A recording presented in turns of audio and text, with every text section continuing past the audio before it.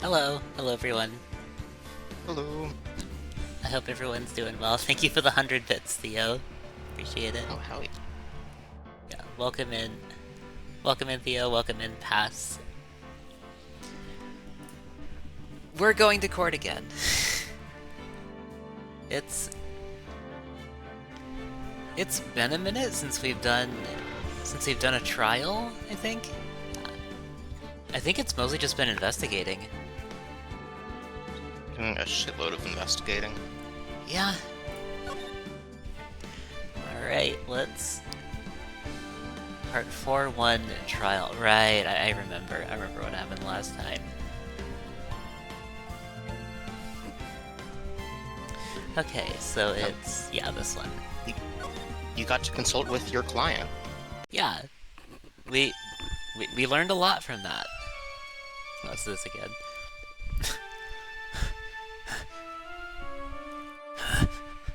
How did I get into this mess? That's far enough.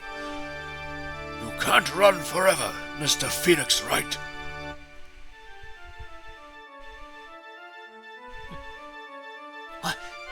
What have I done wrong? I cannot allow you to go on like this.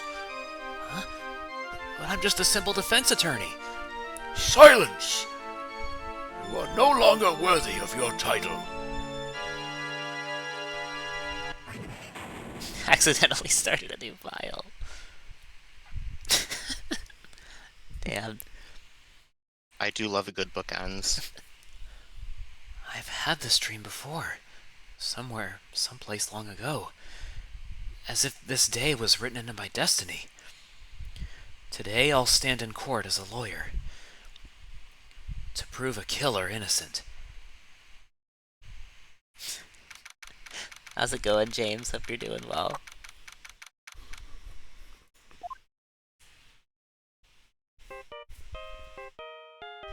Right down to the ringtone.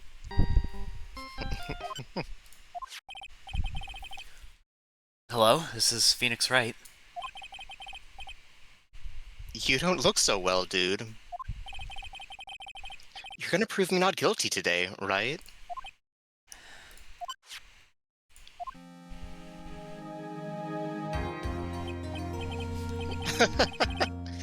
If you please, Mr. Lawyer. Remember, it's not just me. Your precious friend's life is riding on today's verdict, too. Now listen up. You'd better get Onguard a guilty sentence, okay?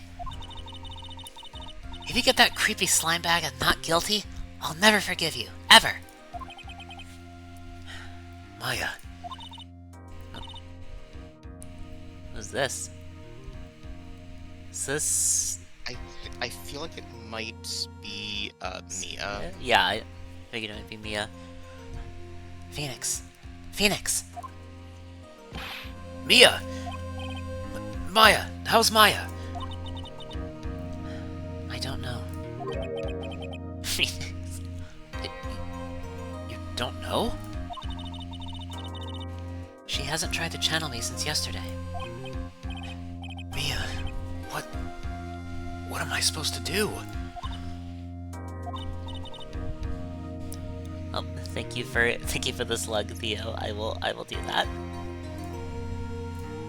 Slug is here, and I'll enable that other... Oh, it's already enabled. Speaking of which. And here's Benjamin. Let me enable that one too. You've hired the slug to stare judgingly at Matt. Thank you for your service. Just let us know if you do want to take any voices, Benjamin. But you can just sit there if you feel like. Yeah. The floor is yours whenever you want. Well, like I said, for a lawyer, the worst of times are when you have to force your biggest smiles. But you can't give up. There's still some hope left. Stop it, please! There's nothing left. Not here, not anywhere. It's that accursed on guard again. Will you leave me alone? Look, don't call me anymore. I mean it. You're really mean, pal. Gumshoe! I'm really, really sorry. Where are you? They let me join the investigation team, and we're chasing after the killer, pal. Then you have some sort of lead? Sorry. Right now, we got 0 leads on the guy. But we're not gonna give up. Gumshoe. Until the trial's over, until the verdict is handed down, we're gonna do everything we can and find a killer. If we can get Maya out, then you can get on guard the guilty verdict he deserves, pal. That's true. I could do that if I found Maya first. You got that? So you have to do whatever you can to make the trial last longer. I have to make the trial last longer? If you go at Mr. Edgeworth with everything you've got, then you two can draw it out. Oh, now I get it. I believe in you, pal. You and Mr. Edgeworth can do it. So, believe in us. We're gonna give it all we got, just like you. Got it. Thanks, Gumshoe. Hey, Phoenix. You understand now, don't you? You have something money will never be able to buy. Friendship.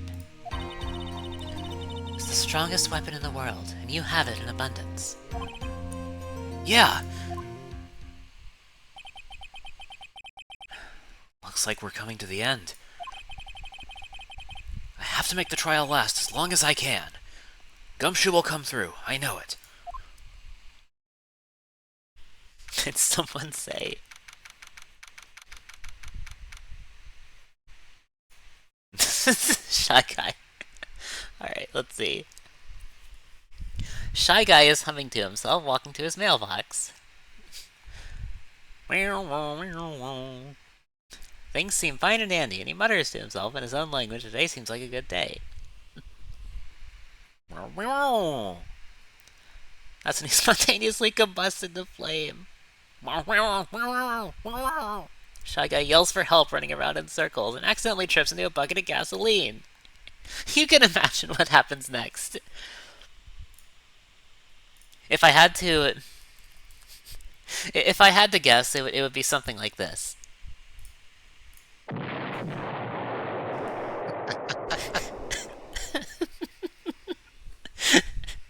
See, if Shy Guy had friendship, this wouldn't have happened. It's really Shy Guy's own fault. Exactly. Thank you for the redeem pass.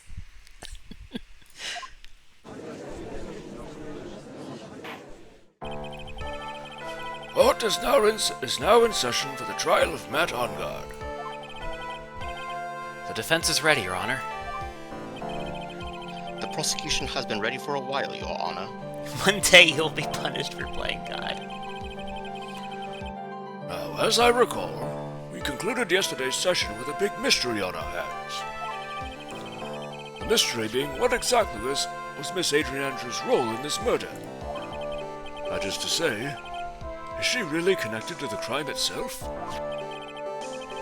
Mr. Edgeworth, if you would please inform the court of today's proceedings. Adrian Andrews. She forged evidence that threw suspicion onto Mr. Ongard, and then proceeded to escape the crime scene by wearing a nickel samurai costume.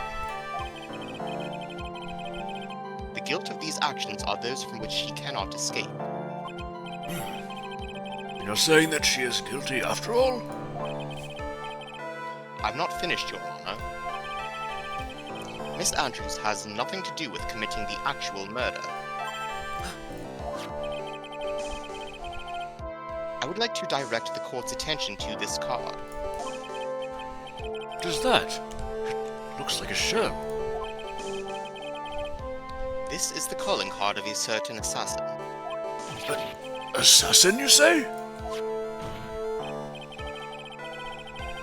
Yes, Juan Corrido was killed by a professional assassin. And the person who hired the assassin, his client, so to speak, is Matt OnGuard. What a surprising turn of events!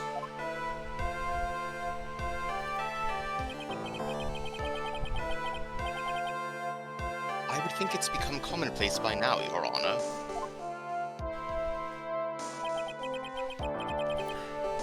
I know what's going on this time. So I know that everything Edgeworth has said is true. But we still have to hold out as long as we can. At least until Maya is safe and sound. I wonder how the trial will turn out today. Now then, please call your first witness, Mr. Edgeworth. Prosecution calls the defendant's mentor, Mr. Will Powers, to the stand.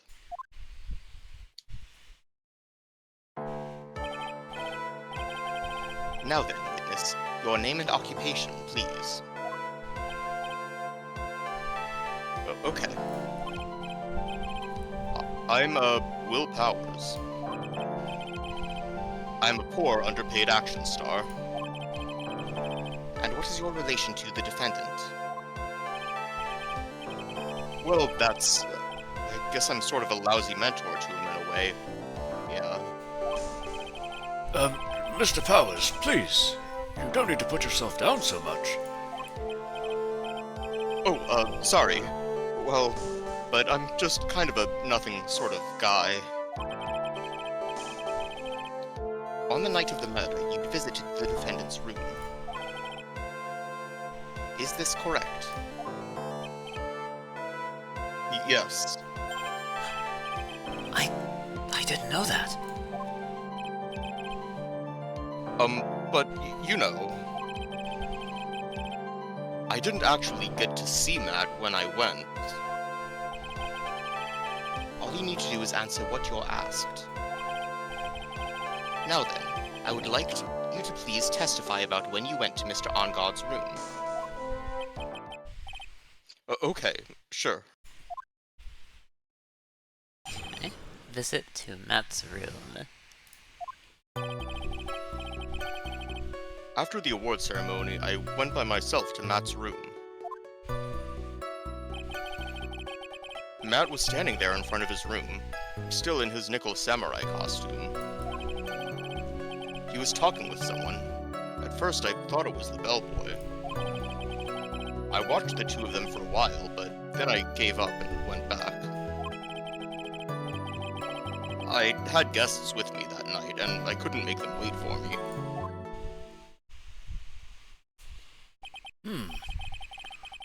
Nothing sounds out of place in Mr. Powers' testimony.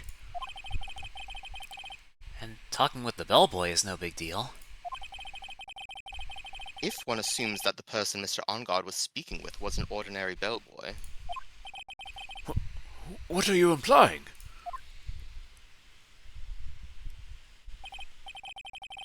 Well, Mr. Wright, let's have your cross-examination, shall we? Looks like we're in another sticky situation. Huh? A trap. Can't you smell it, Phoenix? But for us to find out more, we're just going to have to charge in head first, right? Alright.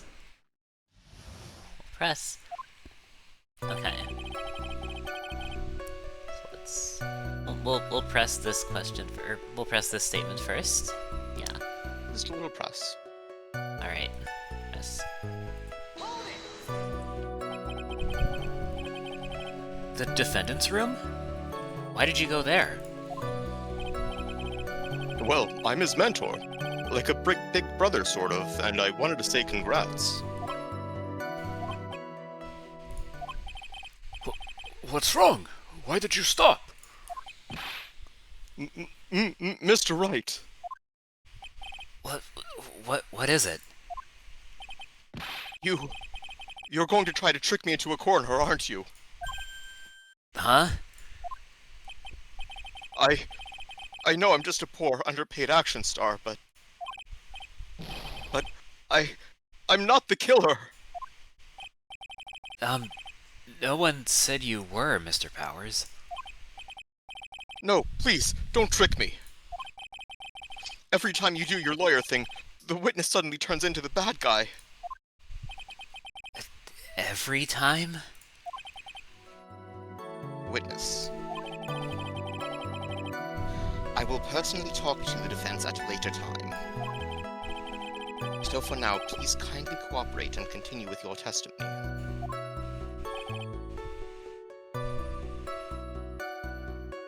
Sorry. So you went to the defendant's room, and then? Hey, wait a minute! When and how did I suddenly turn into the bad guy here?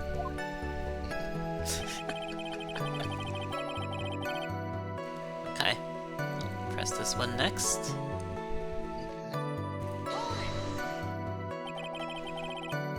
Are you sure that was Matt on guard? Yeah, I'm sure. He wasn't wearing the nickel samurai mask then. If that's the case, then he really can't be mistaken.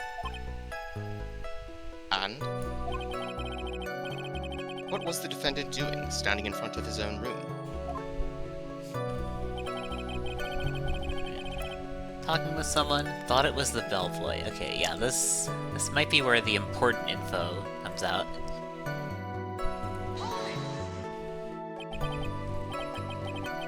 At first? What do you mean by that? Well, he was in a bellboyish uniform, and he had a bottle of juice on a tray. Sounds like an ordinary bellboy to me. Yeah, but... I didn't think he was a normal bellboy. And Perhaps an advanced bellboy. and why was that? Why did I think that, Mr. Wright? How am I supposed to know? Sorry, but I can't remember right now. Sorry. I guess I'm gonna have to wait patiently on this one. Alright, and then press this one next.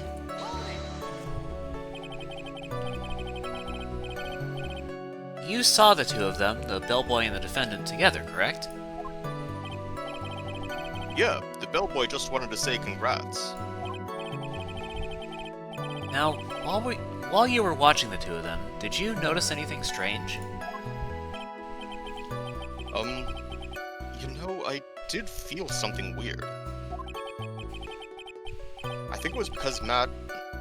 Well, he gave the bellboy a tip. A tip? But that's a perfectly normal thing to do. So, how long did you watch the two of them? Not more than a minute or two, I think.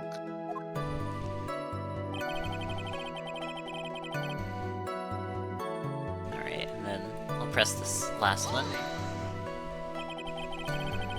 So who are these guests you're talking about? You guys, of course. You and Maya and Little Pearl. I thought it would be really rude since I invited you guys, if I disappeared on you. So I went back to my seat pretty soon after seeing Matt in the hallway. This is like squeezing water from a stone. It's probably pointless to press further. Do you remember this incident?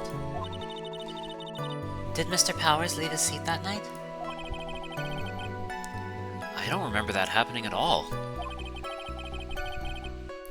Maya was making such a racket in her hyper state. I ended up focusing on her. I see. In any case, from his story, he probably wasn't gone for very long. Okay, so we didn't really get that much. Then what do we present then? What do we have? look through the statements again, I guess. So, there, talking with someone, thought it was the bellboy. Went back. Okay, so what do we have here then? What do we know so far? I guess let's talk about that first. Okay. Did anything stand out while you were pressing him?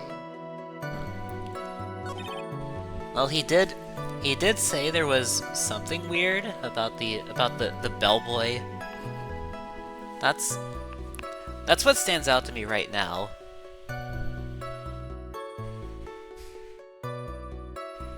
So, thought it was the bellboy. I feel like it's gotta be this statement. That's what I feel like. Let me press again. Let's review it. At first, normal. Why did I think that? Oh wait, is this new? It is, yeah. Actually, Mr. Powers, only a few minutes ago you stated...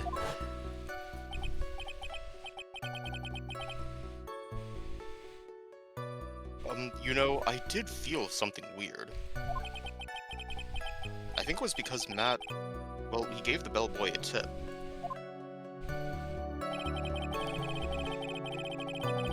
Could it be that you felt something strange about the tip-giving incident itself? Ah! Yeah, that's it! You really know your job! Mr. Edgeworth, Yes, Your Honor. this bellboy, he wasn't an ordinary one, was he? Perhaps we should let the witness tell us. Very well. Mr. Powers, please amend your testimony. You mean about the bellboy, right? Matt gave the bellboy a tip. Let's press here. So he gave the bellboy a tip. What's so strange about that? Well, you see, Matt's not a poor penny pincher like me. I was trying to figure out how much it was because the tip really shocked me. How much it was? But that's when something even more surprising happened.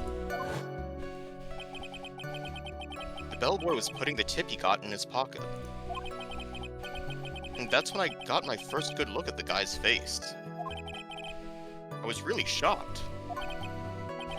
I'm afraid I don't follow at all. It sounds like Mr. Powers is surprised twice by this event. I wonder which of his shocking moments I should ask about. Probably, maybe the tip. If he might remember that. Maybe we ask about the tip first. Yeah, I think so.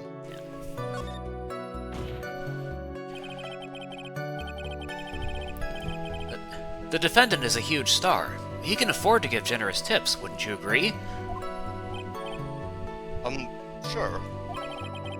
But giving him that much was maybe a little too much, I think.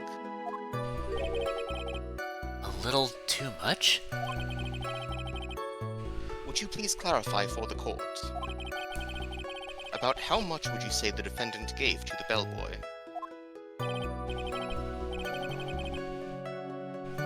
Honestly, I don't know. I can't even begin to guess. And why is that? Is that willpower? Hey, Kovis. Hope you're doing well. Can't believe it. Because he gave the bellboy a really, really fat roll of cash. A roll of cash?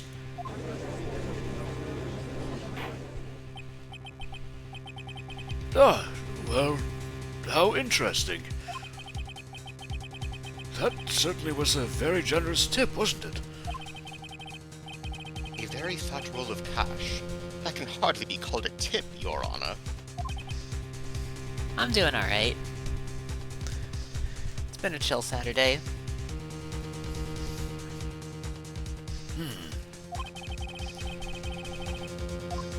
The judge is beginning to look awfully suspicious of us. Do we raise an objection here, or do we wait?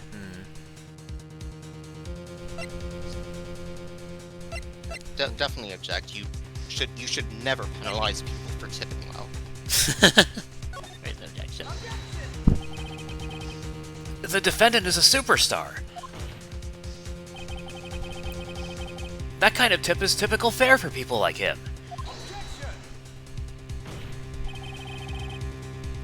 Are you saying that all superstars are super spenders?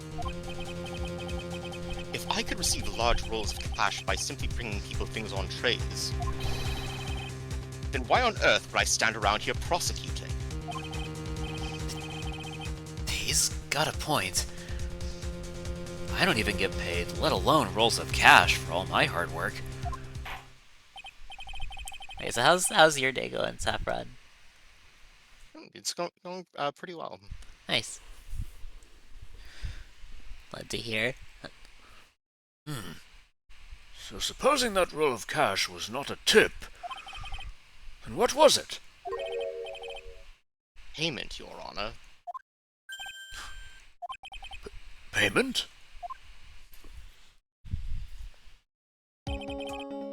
Isn't it obvious? For the murder of Mr. Juan Corrida. Then the bellboy the witness saw. Yes, he was the assassin.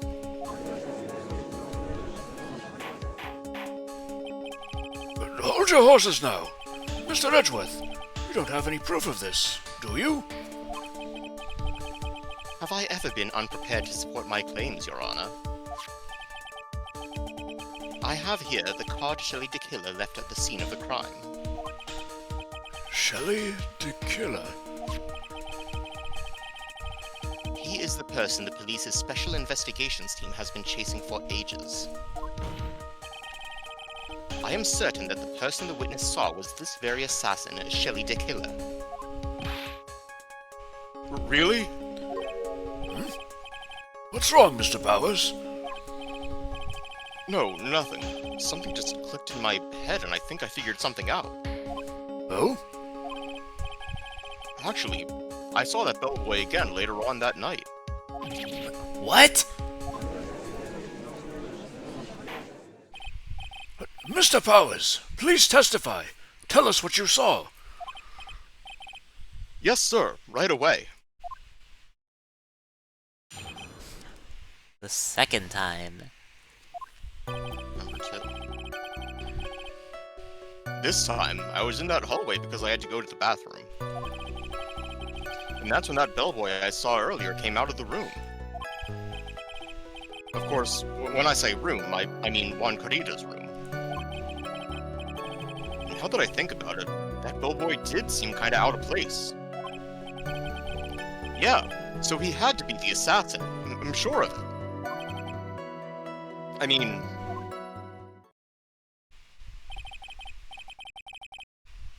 Thank you very much. That is all we need for now.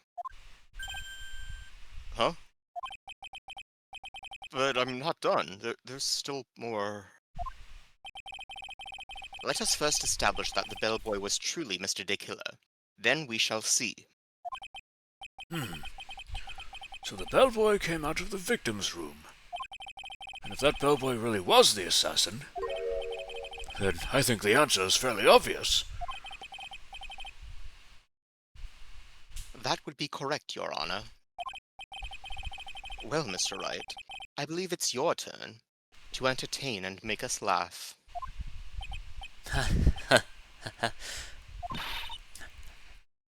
This is no laughing matter. Alright, let's press these, see what we find. The hallway, okay. Press. And what time was it? Well, I don't remember. award ceremony ended around 8 p.m., right? And I went to Matt's room pretty soon after that. Then I came back. Then I went to the bathroom. So I guess maybe it was around 8:10 p.m. by that time? You're not one for details, are you, Mr. Powers? Sorry.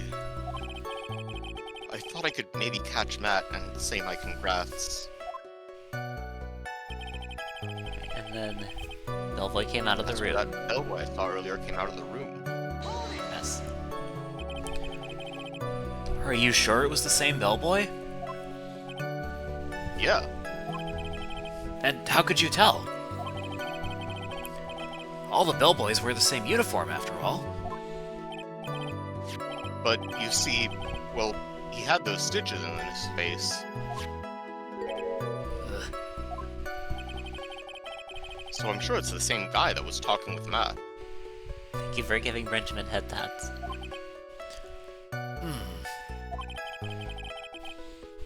So which room did the bellboy come out of?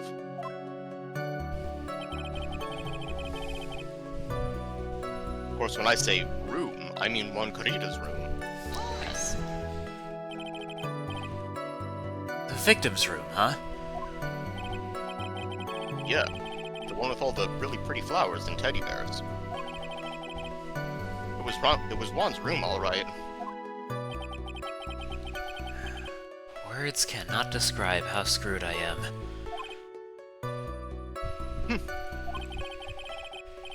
Let's continue with the testimony, shall we?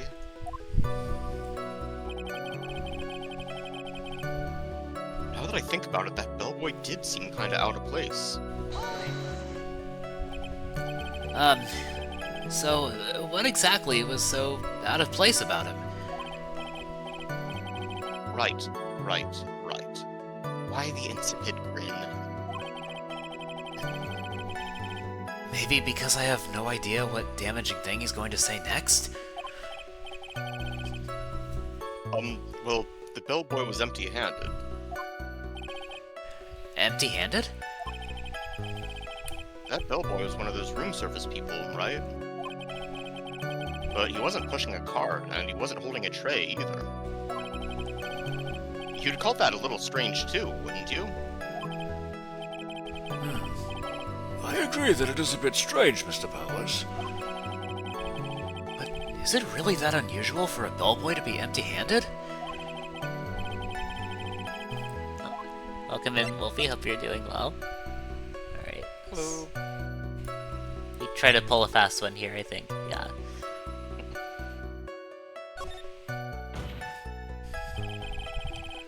There's nothing strange or unusual about an empty-handed bellboy. But there really is. It's so fucking weird. There really isn't. If you two are done being school children, bellboys are for room service.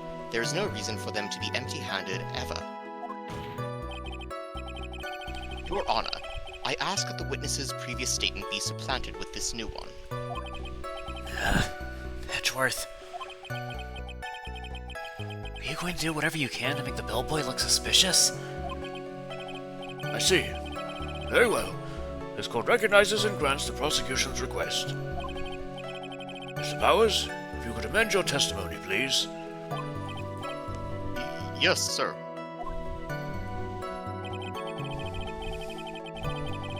I thought it was kind of strange for a bellboy to come out of a guest's room empty-handed. Press. So you're saying that it's suspicious for him to be empty-handed? Yeah, really suspicious. I mean, when I first saw that bellboy, he was holding a tray in his hand. And there was a bottle of juice and a wine glass on it. Juice? What kind of juice was it? I'm pretty sure it was tomato juice. If we could come up with some sort of reason as to why he would come out empty-handed. Some sort of proof. And I think we can dodge the bullet on this one for now. Proof, huh? Sounds like another job for the court record.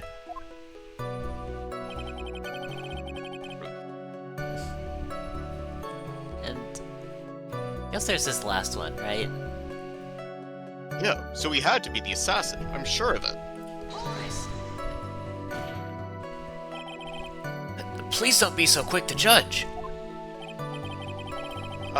But it's kind of a Powers family thing. Think of every person as a thief. Well, I guess a thief and an assassin are both sneaky and silent. That's not the point, Phoenix. In any case, if that bellboy was the assassin, it would be very bad for us. But he really is the assassin, you know? Yes, but you can't give in yet. If you want to prolong this trial for as long as possible, you're going to have to pull some cheap tricks on this one. Okay. So...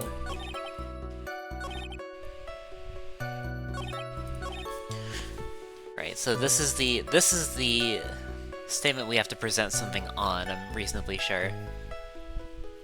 Most likely, yeah. Yeah. So then what do we have? What do we have? Let's see. Transmitter.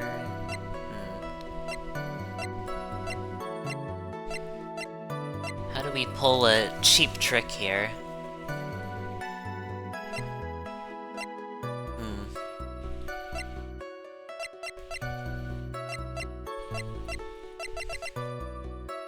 Murder. Let's see. Dark case. No. Well, it does mention the wine glass. I don't know if it's relevant though. What mentions the wine glass? Like it. Like Will mentioned the first time he saw. The first time he saw Shelly was like he was holding the platter with the wine glass on it. That is true, though. It is true. I'm not sure. I'm not sure if presenting this will help though. I don't know how relevant it is other than that. But then again, I don't really see anything else here.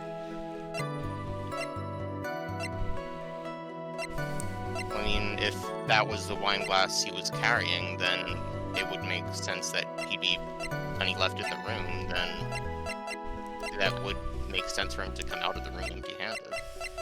Suppose so, yeah. I guess we can present it. Yeah, there's really not much else we can present. It's really yeah.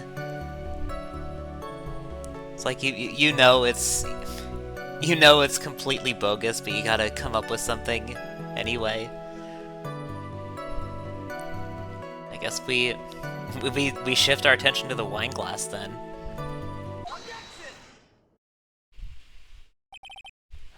Mr. Powers. Yes? You're easily influenced by other people's words, aren't you? As soon as you heard that the bellboy might have been the killer, you got caught up in believing it must be true. But isn't he really suspicious? He's got all those stitches and... So? A baseball has stitches. Are you saying all baseballs are suspicious because they have stitches? Well, there's also, I mean, what about him being empty-handed? This is where we're going, huh? Okay. I would like to ask Yeah. the court to please take a look here. I love that it got the dramatic headshot. Yeah. This is the crime scene. there is a wine glass sitting right next to Mr. Corita's body. The liquid inside this glass is tomato juice. And now, if you would look at what is on top of the table in the lower right corner here, anyone can clearly see that it is a tray with a bottle of tomato juice on it. I mean, we gotta keep this trial going somehow. Keep this bitch running. Yeah. Do you think on baseball next defendant bury the baseball?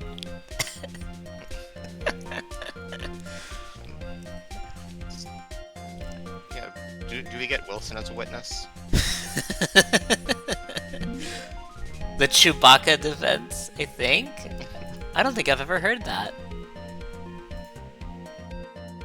Oh, that's from South Park, where they just pull out, like... I still don't even really get it myself. They have, like, a courtroom where somebody's, like, starts bringing up a argument about, like, terminology used to describe,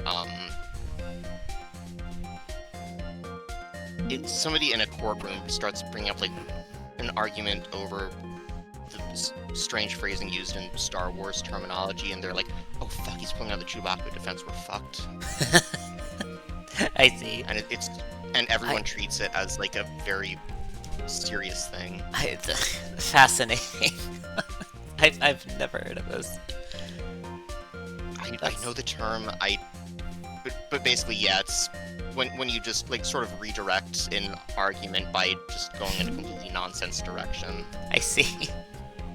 Hi Vinci, thanks for being here. Thanks for stopping by. I hope you're doing well.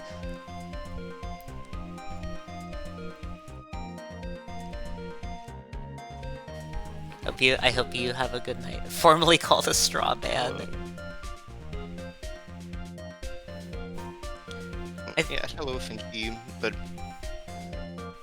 yeah, I don't know. Like a straw man is kind of where, like, you misrepresent an argument by, like, ascribing like more easy to defeat views to someone. This is just, like, total nonsense. Yeah. The bellboy had just brought this to Mr. Corita's room.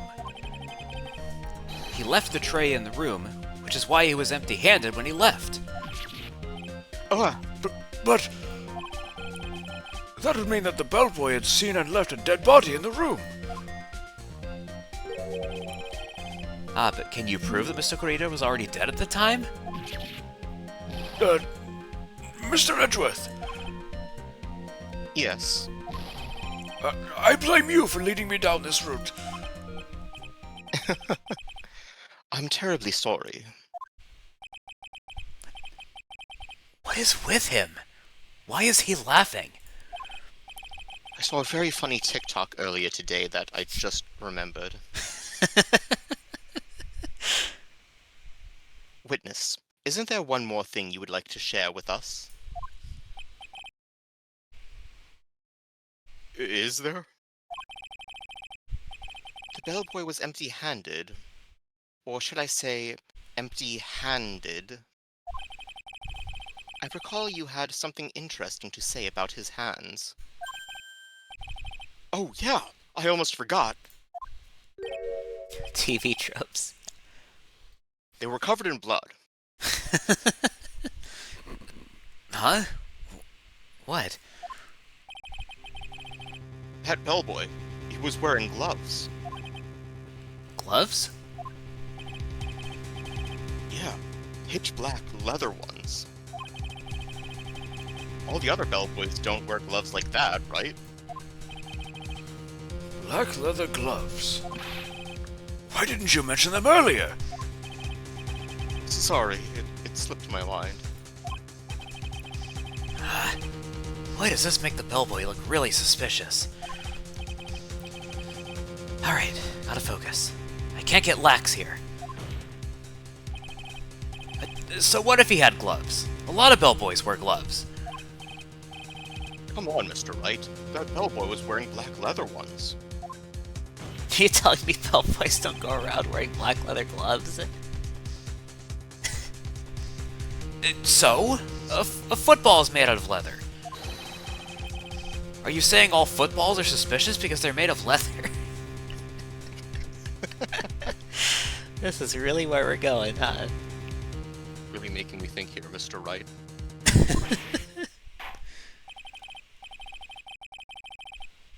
But that man, he received a large roll of cash from the defendant. It's a football. I chiseled it.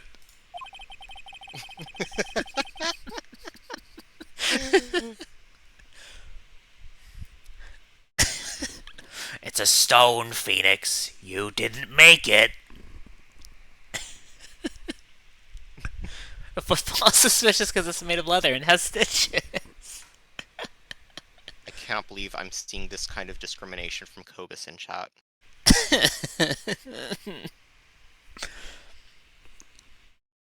You can't say that about football.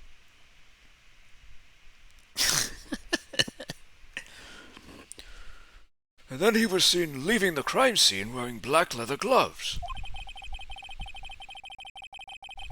I don't think that even someone like myself can believe he was just another bellboy.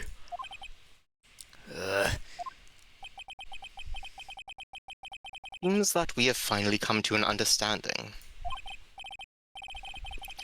Now then, witness, please continue with the rest of your testimony. Having one of the two wouldn't be suspicious. You can't have both and not be at least. Is that how it works? The rest? Oh yes, please tell us more. Okay. Alright, what's next? Their second meeting. After leaving Juan's room, the bellboy went and knocked on Matt's door, just like that. He gave something to the person inside the room. Then the old guy just left without even going into the room. After that, I went to the bathroom and then back to my seat.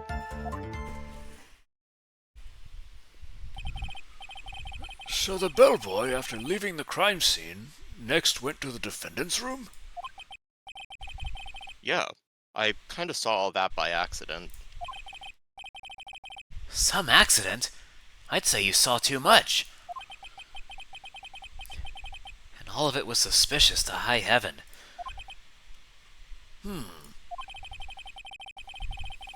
I think it's safe to say that we can no longer consider this bellboy to be normal. Now then, let's get started, shall we? Mr. Wright, your cross-examination, please. Yes, Your Honor. Your jacket, which is made of leather and has stitches, is currently being put on the stand. Are we sure Dick Killer is a good assassin? He gets seen a lot.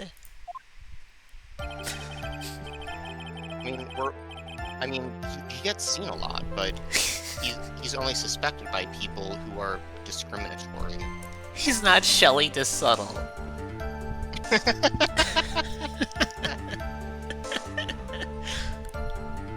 Alright, let's press this first statement.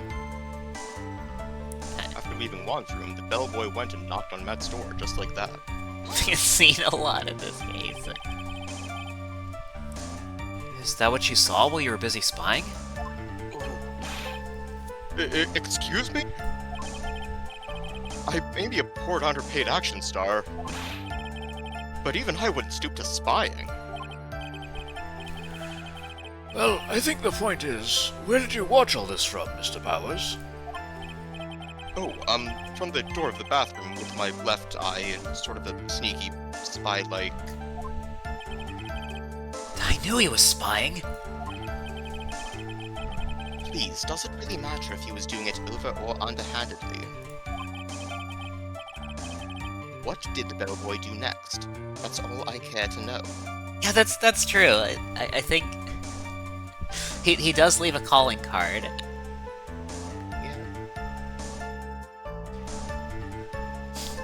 Yeah, hide in plain sight. He gave something to the person inside the room. Press this.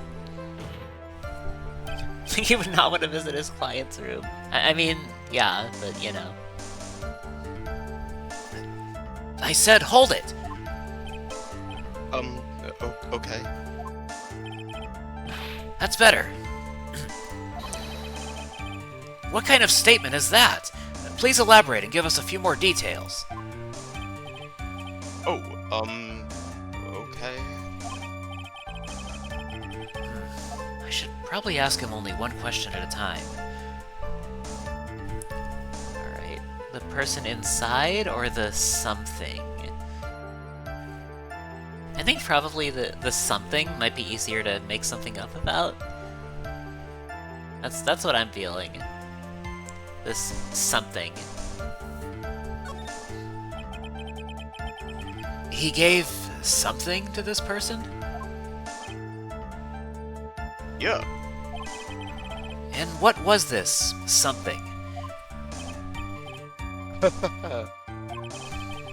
If I remembered what it was, I wouldn't be calling it a something, would I?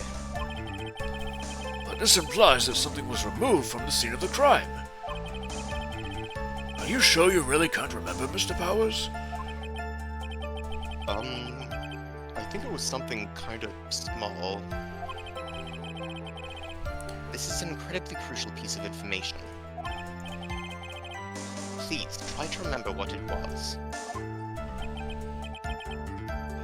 I'll try. In the meantime, let's talk of another point. Namely, what the bellboy did next.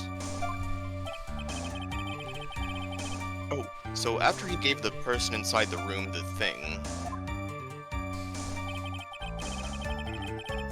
then the old guy just left without even going into the room. Where did this bellboy go after he left Mr. Onguard's room? He opened the door to Viola Hall. Went in there, and who knows after that, right? I do. After that, I went to the bathroom and then back to my seat. Did you see anything strange, suspicious, or just out of the ordinary at that time? Oh yeah, I saw that one thing. What? He saw something else? There was this jittery alien with a ray gun.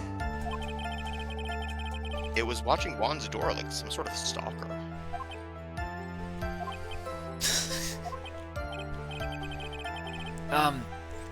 I think we can forget about the alien. I can't. Well, Mr. Power's testimony just now was just as vague as his first. It's a little troublesome, isn't it? But I'm sure if you press him enough, everything will become clearer. Although, that just makes it harder on us, doesn't it? Ugh. Talk about a lose-lose situation.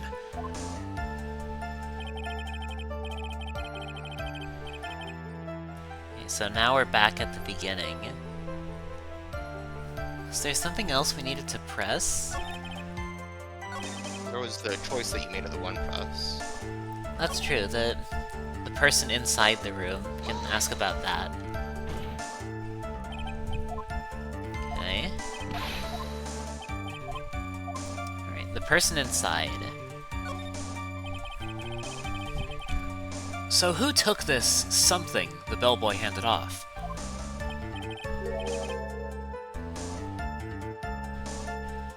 Actually, I don't know. What do you mean? I'm sorry, but I only saw the person's arm. Only an arm? Then you're saying you didn't see the person's face? Yeah. I would like to summarize the testimony up to this point, if you don't mind. When the bellboy left the crime scene, he immediately went to the defendant's room. There, he handed a small item of some sort to the person inside.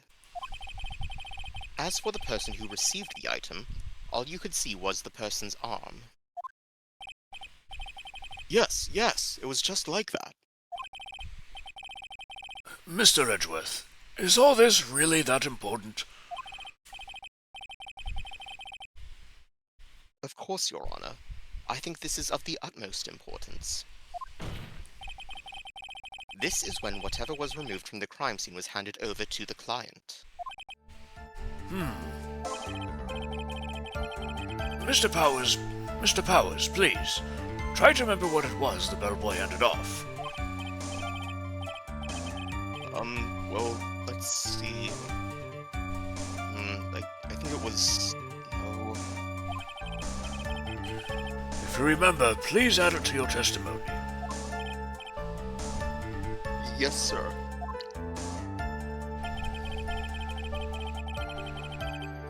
If I saw it again, I could say for sure, but I think it was some sort of wooden statue. What is this?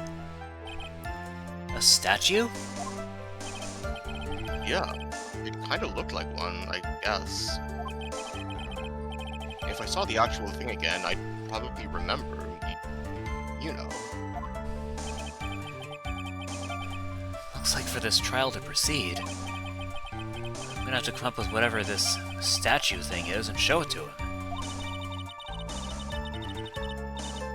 You're going to have to trust your instinct on this one and take a chance, Phoenix. Well, Mr. Powers, let's continue with your testimony. What did the bellboy do after that? Yeah, you know what? I think I know what this is. And we have that right Funny here. statue. It's this. Yo. Yep. Present.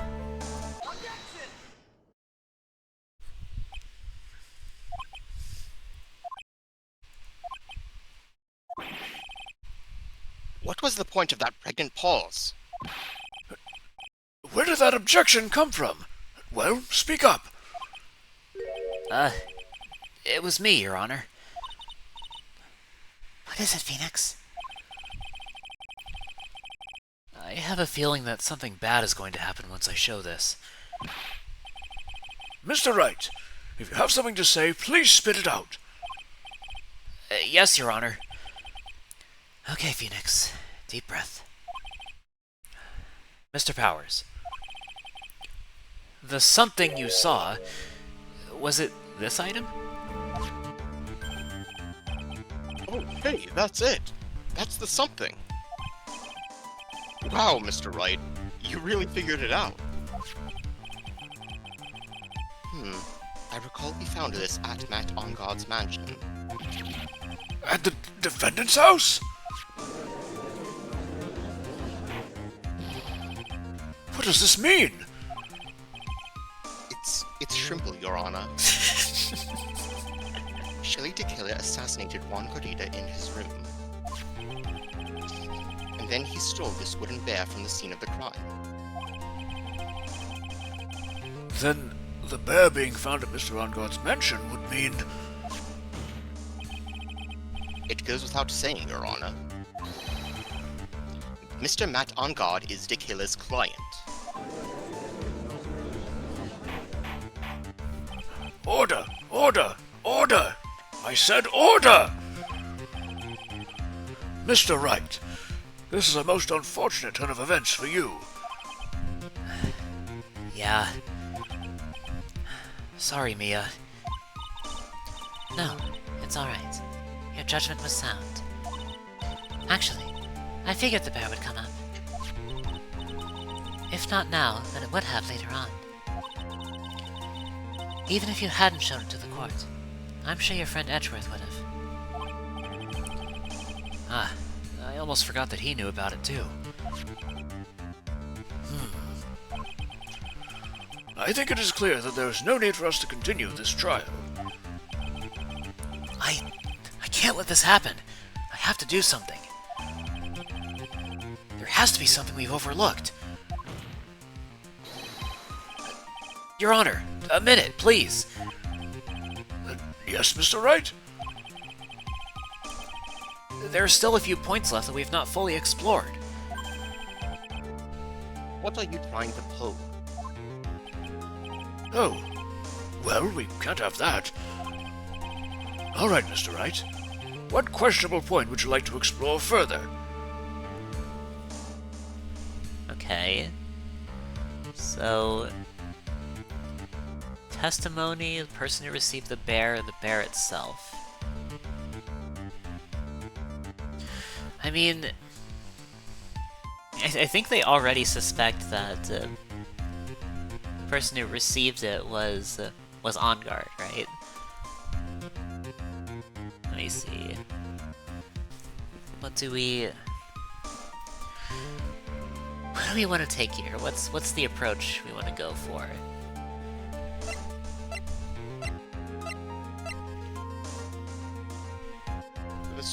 This one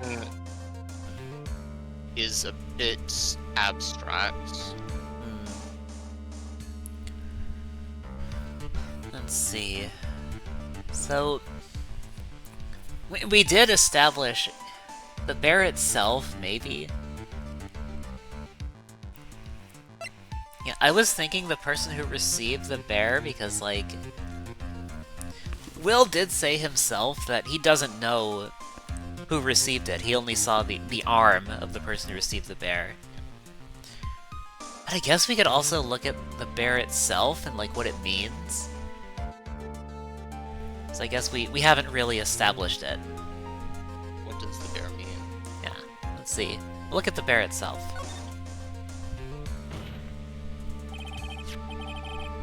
I think it's fairly obvious that the bear itself is very questionable. The bear, Mr. Wright? This was found at Mr. Onguard's mansion. However, Mr. Onguard was arrested at the hotel that night, which means that since the murder occurred, he has not had a chance to go home. Oh, I think Your Honor has already figured out what I'm trying to say. It is not possible that it was Mr. Onguard who took this bear to his mansion.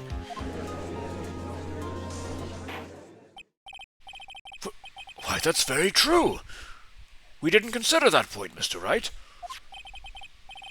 There was no way, time-wise, for the defendant to have taken this bear home.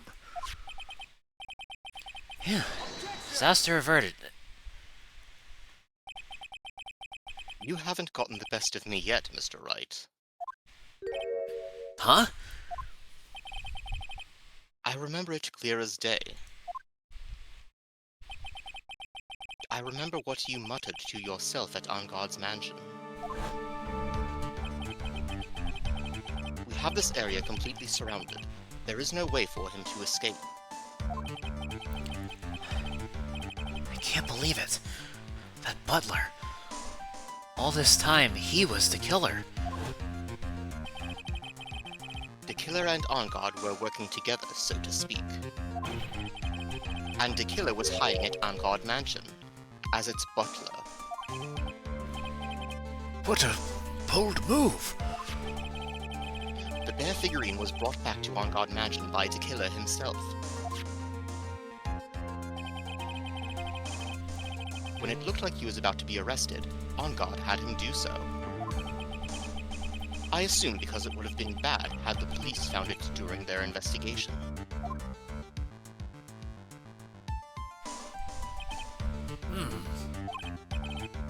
Well, Mr. Wright, you've been quiet for a while now. This is too much. Isn't there anything I can attack at all? I have to try. I have to find something else. What will you do now, Mr. Wright? Do you plan to... I plan to expose a clearly shaky place in Mr. Power's testimony. What? There's still another one? There is indeed, Your Honor, and it's quite a questionable point. What are you trying to pull? Oh, well, we can't have that. Alright, so I guess the person who received the bear... Because we did establish that. We don't know... He doesn't know who received it, so...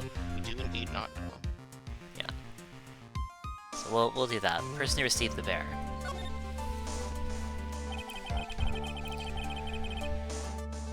There was one thing in Mr. Power's testimony that was very unclear. And that is the identity of the person who received the bear. He gave something to the person inside the room.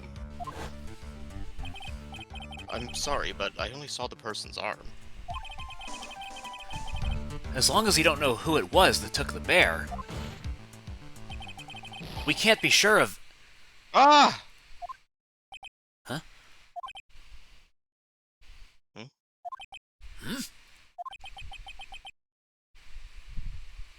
Huh? What is it, Mr. Powers? If you're going to scream like that, then at least give us a good reason why. Oh, yeah, sorry. Actually, so, I remembered. I remembered who took the bear. What? Really? I mean, I only saw his arm. But the arm... It was the Nickel Samurai's arm, I swear it. You've got to be kidding! Are you sure of that, Mr. Powers? Yeah, I'm sure it was the Nickel Samurai. Order! Order! It looks like you've dug your own grave, yet again. How many times is that today? I've lost count. So the person who took in this little bear was the Nickel Samurai. And, as we all know, Matt on guard is the Nickel Samurai. Thanks to the defense, we've made that all the clearer. I think we've heard enough. We now know why this bear figurine was at the defendant's mansion, as well as who it was that received the bear from the assassin in his room. Everything has become very clear. The client who hired the assassin to commit the murder was Mr. Matt Onguard. I see no reason for this trial to continue. Therefore, I will now hand down my verdict. Thank you, Your Honor, for your understanding. You see, Mr. Wright? You could not win against the truth, could you? I knew it would turn out this way. After all, what Edgeworth has stated is the truth. Any last objections, Mr. Wright? Well, do I? What should I do? We have to keep stalling for time. Gotta object. I will now announce my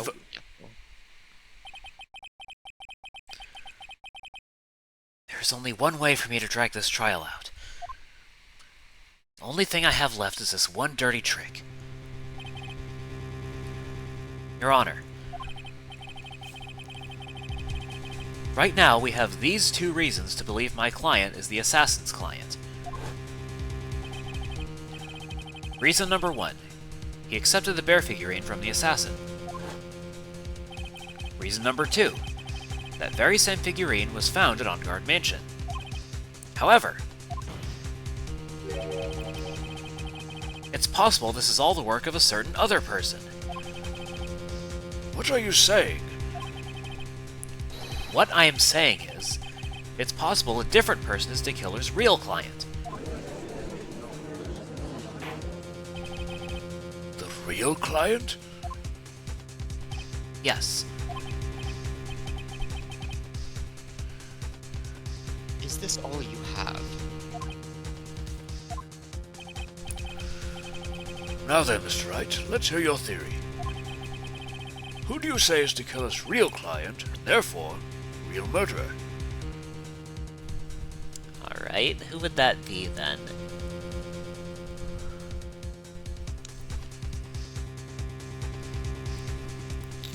If not, if we're trying to say it's not On Guard, then who is it? Are we going back to...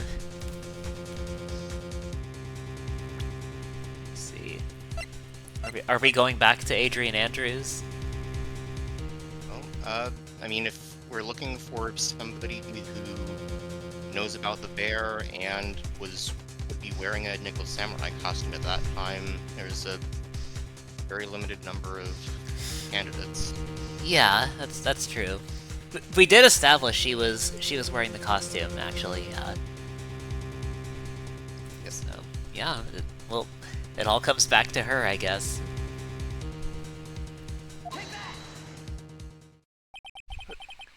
Adrian Andrews?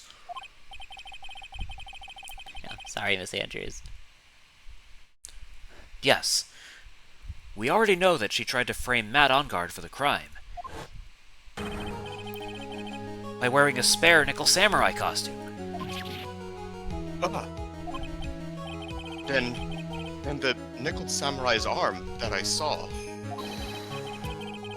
That could have very well been Miss Andrews. But what about Mr. Onguard?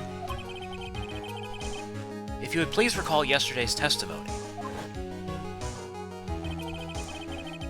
The defendant was taking a nap during the break period. That's right. Then, finding this figure at Mr. Onguard's mansion, It was a well-laid trap set by Miss Andrews.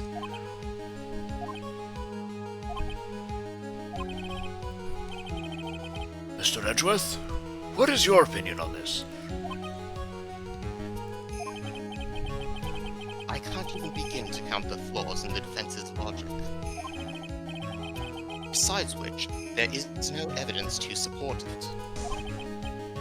However, I can't fully discount its possibility either.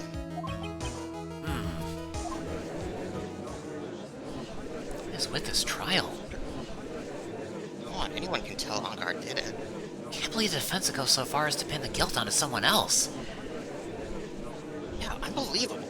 It's not something petty, it's a murder of all things. This is to save Maya. This is to save Maya. Even if the whole world turns against me, this is one fight I can't give up on. Order! Order! Order! All disruptive parties will be forced to leave the courtroom. Your Honor. For the benefit of the defense, I'm willing to play along with his what-if game.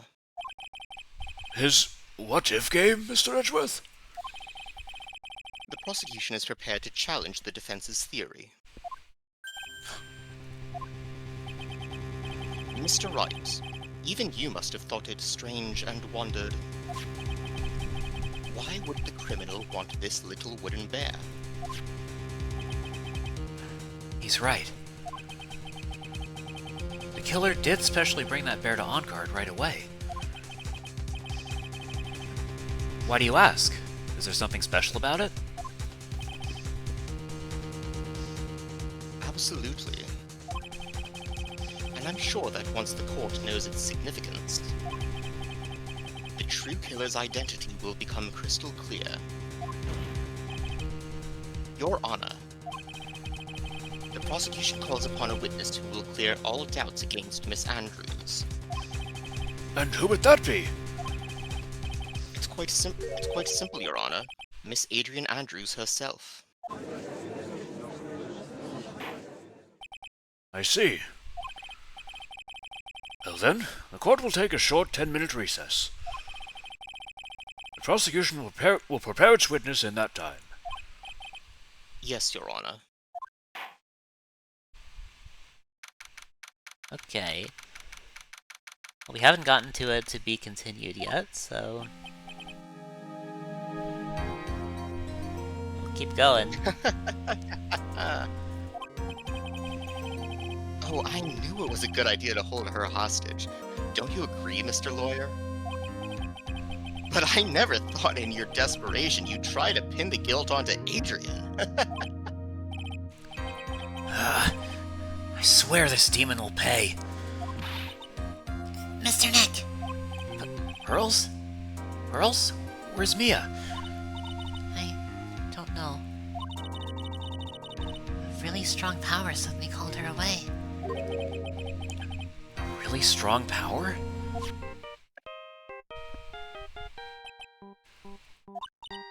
Oh, Mr. Nick, your phone is... Back in like 30 minutes if you're still going. See you in a bit, Kobus. Yeah, we're still going. Sorry for the 29. Just to fuck with him. That means that Maya's still alive. It's from Gumshoe. How's it going? Have you been hanging in there, pal? Yeah, sort of. We just barely found something to latch onto. Phew, that's good, pal. That's real good. What about you? Anything yet? Have you figured out where Killer and Maya are? We still don't have any leads, but What? We don't have any more time. if we just had one, even a single clue would be really helpful. I was only able to come this far because I kept thinking to myself, got to keep the trial going until Maya's been rescued. But have I just run out of luck this time? Is all our hope for naught? A tent. A tent? A tent. Welcome in, Lunar. Hope you're doing well. Tent. Hello. Huh? A tent? Oh, is this Pearl? It's Mia. That's Mia. A tent! I could see a circus tent! Mia! It looks like Maya was unconscious until just a few minutes ago. As soon as she woke up, she called for me. So it was Maya that called you away. She's locked in a dusty little room right now. But I could see a circus tent outside the window about 300 feet away. Gumshoe! Is there a circus in town right now? There's only one, pal. The very big circus. Maya's somewhere within a 300-foot radius of the main tent. What? Okay, hold on a sec, pal. Hey, draw a circle on that map. On a 300-foot radius from the main tent. Alright. And? I could see a mailbox under the window, just outside. Gumshoe, there's also a mailbox. Okay, what else? What else, Mia? I'm sorry, but it was a very small window. I couldn't see anything else. It felt like I was in an old office building. Maybe the 3rd floor or so. I heard him. An old office building. Good stuff, pal. Okay, just hang in there. Just a little longer, pal. Wish us luck. Good luck. I'll call you later, so don't let your battery die, okay, pal? Mia! Maya's not hurt, right? She's in a pretty bad state, Phoenix. She's being starved. Gumshoe, please hurry. Yeah, Gumshoe doesn't question any of it. Like, I mean, he was questioning it at first, but then he was just kind of like, you know what? Let's go with it. yeah, it's... I mean, it's incredibly specific, so, like, it has to be a clue, right? Looks like we're out of time. Are you alright, Phoenix? It's only a matter of time before Maya's rescued. I can do this. I just have to make this trial last a little longer.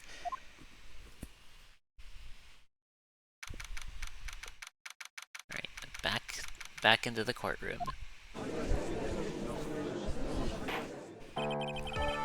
Court will now reconvene.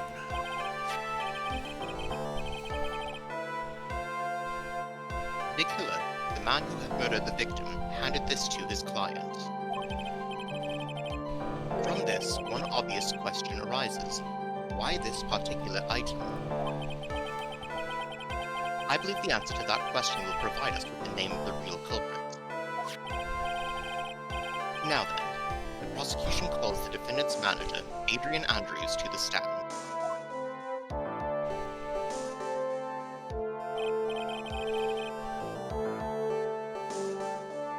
Currently, the witness is accused of tampering and obstruction of justice. However, you have been called to the witness stand today to ascertain who exactly is guilty of murder. I understand. Very good. Now, have you ever seen this bear before, Miss Andrews? Of course I have. You have seen it before? That's right. It's only natural that the witness has. Miss Andrews, could you please enlighten the court to this bear's secrets? All right. Why? Why does she... The bear figurine. Okay, we're finally gonna learn about the bear. Actually, this is an elaborate puzzle. If you know the correct order, it can be taken apart one piece at a time.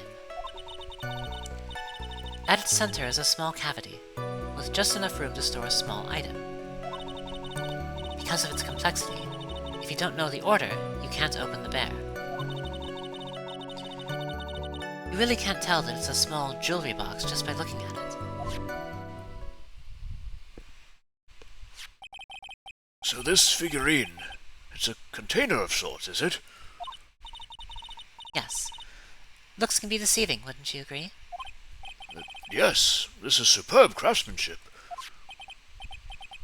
Oh, yes, I nearly forgot. You may begin your cross-examination, Mr. Wright. It looks like there really was something to that bear after all. Okay, the bear figurine. Okay. An elaborate puzzle. Press this first. A puzzle? That's right.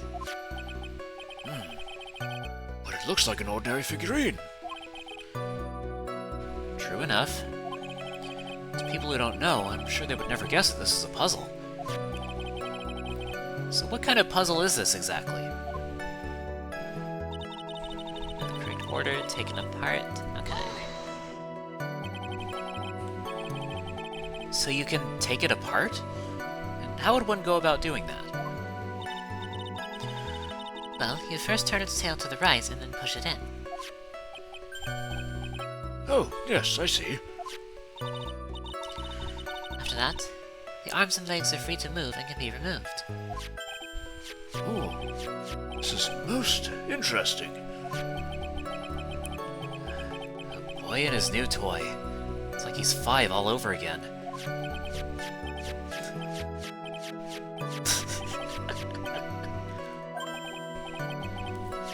Oh, don't mind me. Go ahead and carry on. I think he's lost it. So what do you find after you take the puzzle apart? At its center is a small cavity, with just enough room to store a small item. Okay. And how do you know about this? I know because I was the one who bought it. Huh? It was a souvenir from when a friend and I went to Switzerland. Then this was a present from you? That's right. It was a puzzle in the shape of a bear, so I thought it would be perfect for Juan. So it was a present from Miss Andrews. Witness, let's continue with your testimony. Because of its complexity, if you don't know the order, you can't open the bear. Let's press. So who exactly knew how to solve this puzzle? Only the two of us, Juan and myself. It was a souvenir from Switzerland. So I doubt there are that many people with this same bear in this country. But this looks like it can be easily broken. Especially if someone wanted to get at what's inside. Well, it's a toy. But it can never be the same again once it's been broken. Okay. You really can't tell that it's a small jewelry box just by looking at it. Who else knows that this bear is actually a small container or jewelry box? I never told anyone. As long as Juan never told anyone either. And only the two of us knew. The two of you, huh? Then of course that means Mr. Ongar didn't know, right? I think this is about all I'm going to get for now. It's updated, okay. A wooden puzzle with a hollow inside. Only Corita and Andrews know how to open it.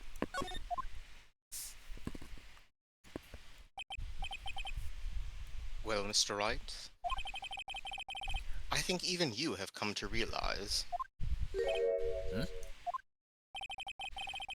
that there is one very important fact we have uncovered, and that is this. This bear is actually a jewelry box. We've also established that it is from Switzerland. Hmm. Now that we have agreed to this point, there's only one logical question that can come next, and that is this. What is inside this box? What's inside? That's right. That's what we are going to find out next. Witness. Yes? No, I was going to show you that I'm going to take this apart. You are the only one who can open this. Please. Okay. There's a painful silence hanging over the courtroom. All eyes are on Miss Andrews now as she solves the puzzle and takes the bear apart. I've opened it.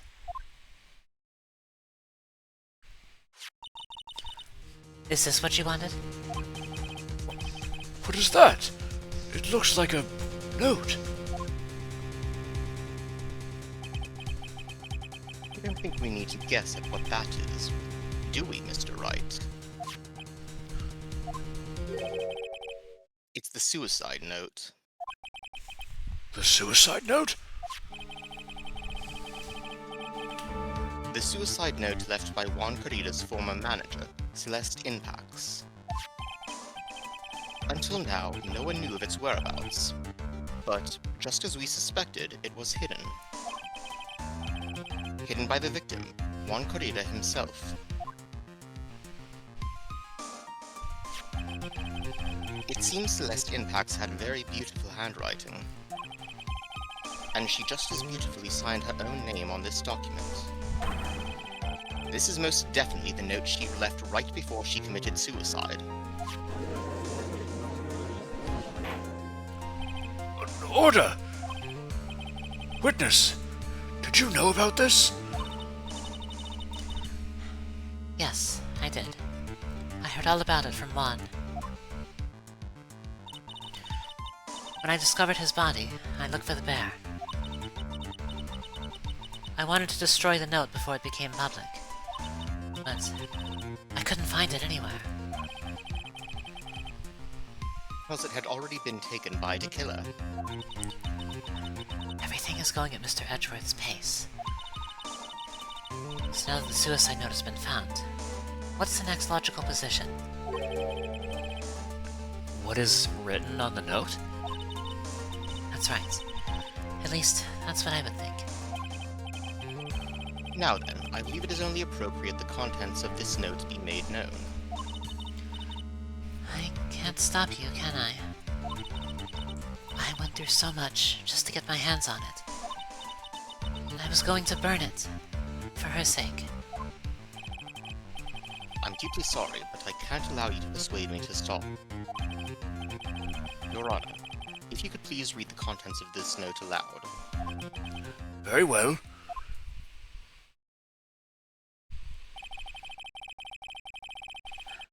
The judge's voice rang loud and clear through the deathly silent courtroom. In her note, Celeste Inpax left to us a record of all that had happened to her. About being used and then thrown away by OnGuard. About being engaged to Corrida, and OnGuard's role in destroying that. And about how she decided, in her despair, to end it all.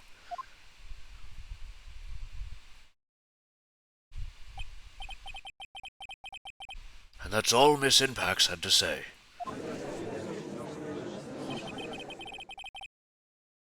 There is one thing I would like to say here. The prosecution has no interest in slandering Mr. Ongard. Then what? Our intention, Your Honor, is to establish a motive for murder. Isn't that correct, witness? Yes. On the night of the murder, Juan was going to make the contents of a note public. After the post-ceremony show, he was going to hold a press conference. My word! Matt Ongard values, above all else, his refreshing like a spring breeze image. Which is why he had to stop this note from being made public. At any cost. Found inside the figurine, tells of Ongard's horrible misdeeds. It's Ongard's fault that woman killed herself. This time he even went so far as to kill someone to stop him from revealing that. How terrible! What a selfish person! Guess there are slimeball lawyers out there who will defend these creeps too. There is no room for doubt here. Mr. Dicula's client's goal was to obtain this suicide note. And the only person who needed this note that badly is the defendant. Let's not forget that the bear with the note inside was found at the defendant's house. It seems that we have come to the truth at last. The defendant's motives were entirely selfish. He deserves no sympathy from anyone. How am I supposed to escape from this one? By the hesitation, Phoenix. Gumshoe hasn't called yet, so you know what you must do. I know. I have to carry on and buy him some more time. Okay. There are two deadly pieces of evidence. The figurine and the suicide note. Maybe somehow I can find a way out of the situation through one of those. The gavel is already in the judge's hand. Phoenix, hurry. The suicide note or the figurine? Which one of these should I pursue? Okay, so just press the same statement over and over until Gumshoe calls. I mean, Yeah. I'm kind of crazy with this mechanic, not gonna lie. yeah. Right, so the note, yeah, the note is pretty damning. So I don't know if we want to pursue that. I think we need to pursue the figurine. We got to make up something somehow.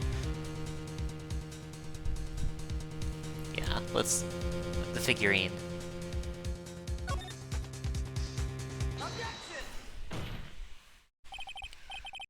Please wait, Your Honor. Oh man, look at that lawyer.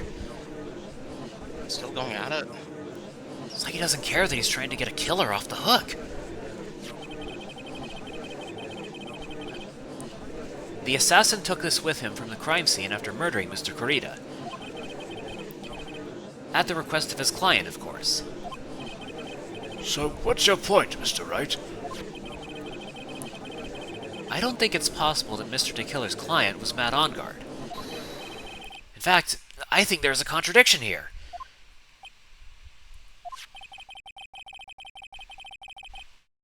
You can't tell by just looking at it that this bear is really a jewelry box.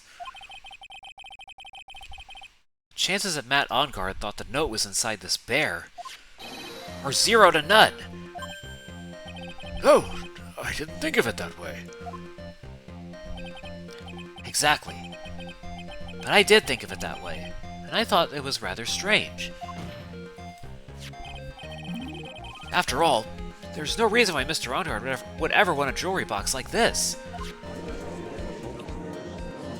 Why wouldn't he want a jewelry box like that, huh? Order! Order! Order! You make a valid point, Mr. Wright. Mr. Edgeworth, what is your opinion? It was just a flash, but I think I did rather well in this one. Unfortunately, I think he believes differently. I believe a show of appreciation is in order. Huh? The defense seems to be in love with wishing more despair upon itself. I would like to direct the court's attention to this. What is that? It is a very small video camera, Your Honor. This type of camera is commonly used as a means of spying. Spying? What the? I thought that spy camera was in my possession. Matt Ongard and the victim both thought of the other as their biggest rival. They even went so far as to use this type of item to find each other's weaknesses. And? The victim, Juan Corrida, was being spied on. His personal life was being watched by none other than Matt Ongard. Order! Order! Mr. Wright, Yes, Your Honor? you... Don't tell me you knew about your client's spying activities. Well, sort of. Sort of is not an acceptable answer, Mr. Wright. I see you are confused, Mr. Wright. You're probably thinking, but I had the camera that was in the stuffed bear's eye.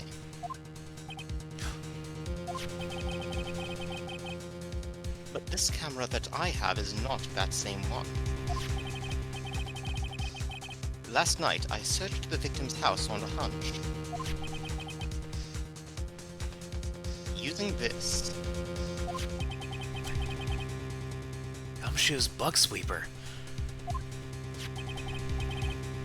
by the way, Mr. Wright, the defendant's fingerprints were found on this camera. Matt Ongard's fingerprints were on there? Well, Phoenix, it looks like those cameras were hidden all over the place, huh? What am I supposed to say to that evidence? I think this is the end.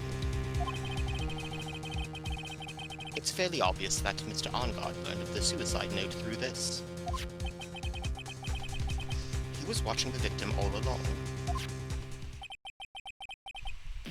He got me good this time. I don't have anything to counter that. Hey, now what's that lawyer thinking? Mommy, is that man the bad killer guy? Shush! Stop! Don't look at him! Police sweating is just so... nasty. Phoenix, Yes, Chief? have you figured out what you're going to do next yet? What I'm going to do next? Just running away like a frightened child work? I know it seems like Mr. Edgeworth is very close to putting the lid on this case. But, in his eagerness to prove his point, he forgot one very important thing. Well, what is it, Mia? There is a piece of evidence that he really should investigate. Something he should investigate? I would really hate to see the good prosecutor get scolded for not remembering to look into the item when he had the chance. Why are you speaking in riddles all of a sudden? All right, I think this time we finally understand everything. Well, Mr. Wright, you don't have any further objections, do you? What is this piece of evidence that Mia's talking about? Can I figure out what it Can I figure out what it is that still needs to be looked at, or should I let it go? You have to present evidence. Probably just let it go. That whole scene was probably unimportant. Surely.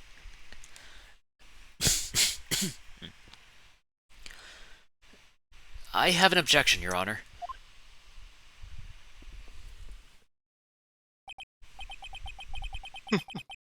That was about the weakest objection I've ever heard, Mr. Wright. Your Honor, the defense has no intention of letting this go so easily. Shit, that was better. You are beginning to sound desperate. That's just your imagination, Your Honor. Mr. Edgeworth, this is not like you at all.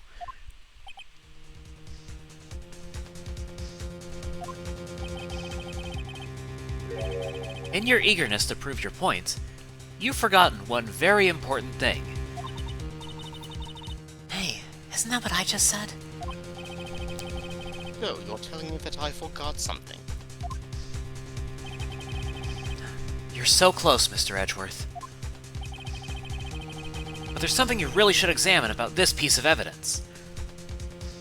Right, so what did he overlook? Let's see.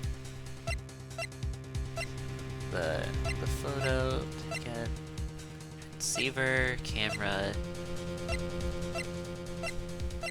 Okay, what is it? Photo, button, suicide report, attempted, autopsy. Let's see.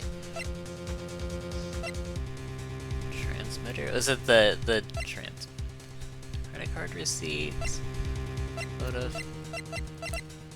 It's something related to the camera, right? I do remember him saying that wasn't important before. It has to be something related to that, right? Well, it wasn't important for, like, identifying that, because, like, it was... There was no way to, like, track down who bought what. Like, it's just too common to do that. So then, what did he overlook then? Was it Is the... there any evidence that we know he hasn't examined?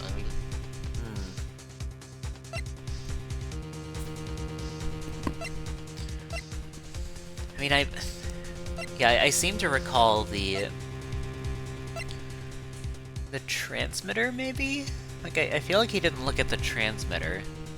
I know he disregarded something related to the camera as unimportant. Because he did say that the... Right, I remember. The bear, the stuffed bear and the credit card receipt were, like, the important things, I think. I feel like I remember that. Yeah. So maybe it's the transmitter? I don't know.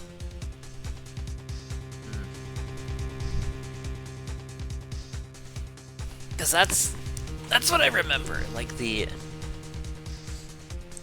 disregarded something because he felt it wasn't important. Let's see. So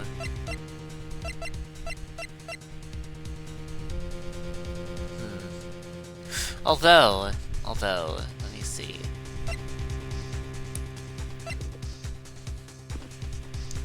So they were in that house, right? Did they? Let me see. He didn't actually look at the photo, did he? Right?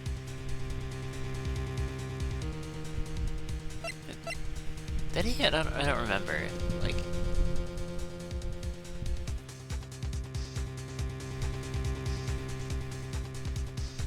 Okay. I'm gonna think. Okay, so. Brain blast. Yeah.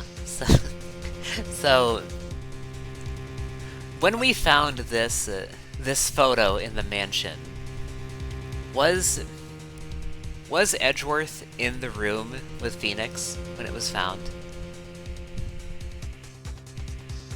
Do we remember that happening? I don't know if he specifically saw it, but What would there still be to examine about it? I'm not sure. I'm trying to... Right now I'm just trying to find something relevant here to bring up. Because really all I can think of is like, what did he disregard? What did he not think was important at the time? I feel like that's my biggest lead right now. What did he overlook?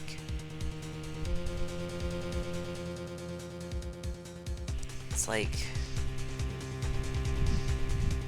let me see here.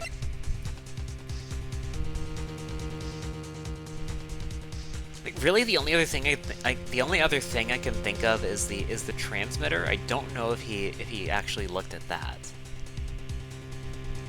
That's about all I'm leaning on right now. I feel like he has looked at pretty much everything else, I think.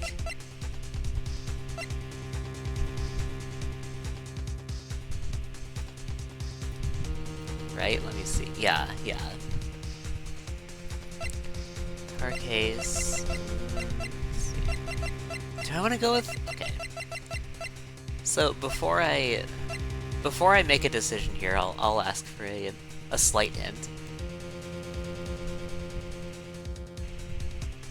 So it's not that he didn't think something was important. That's not why he failed to examine it. Okay. So nothing related to the camera then.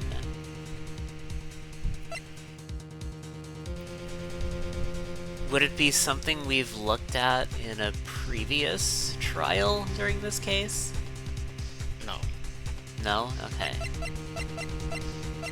So nothing here really. Okay.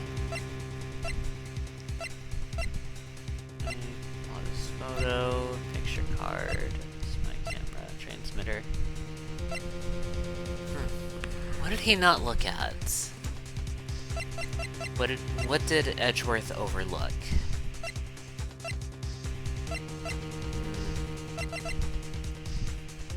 Let me take a look at the photo here real quick. Okay, so that's... Is it the photograph? Well, that we did look at that in a previous case, so that can't be it, right?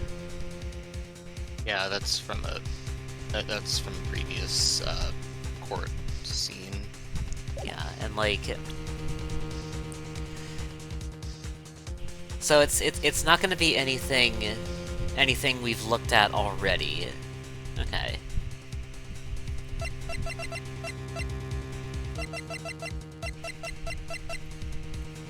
Let me see. So could it be the note itself? We did, let's see. The judge did read it out, but like Edgeworth himself hadn't really seen this yet, had he? Hadn't. Yeah. So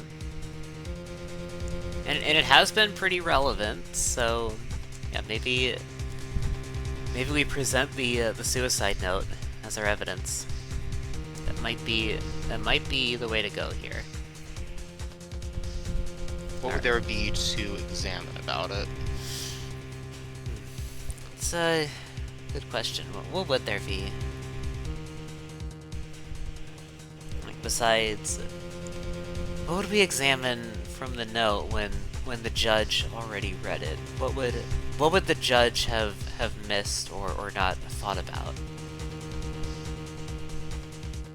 That's not the best metric. There's a lot that he would have missed or not thought about. Yeah. So there's not a lot, or there is.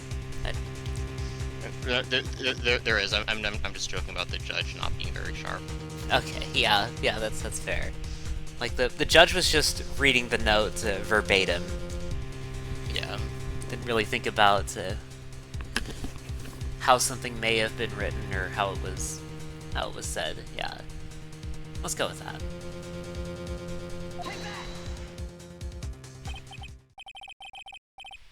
That is Miss Impax's suicide note, right?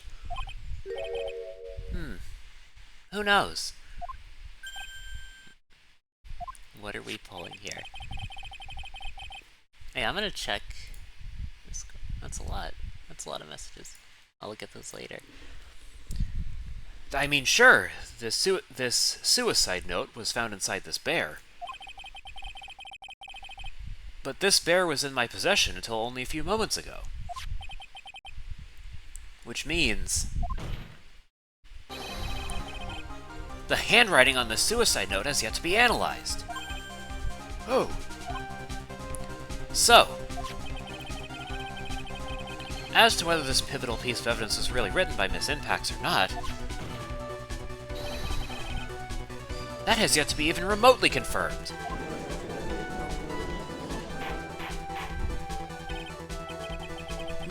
Mr. Wright, you can't seriously be suggesting... Mr. Wright, are you saying the suicide note is a fake? Miss Andrews, you were the one who tried to pin this murder on Mr. Ongard. Who's to say you didn't create a fake suicide note and put it into this bear? How dare you? Your Honor, the defense is indiscriminately accusing the witness again. There is no evidence linking the witness to the suicide note whatsoever. Start case 3 over again for $5.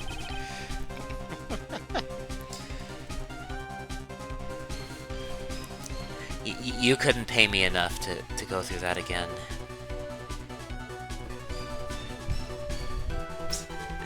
Yeah, up that Andy pass. $4.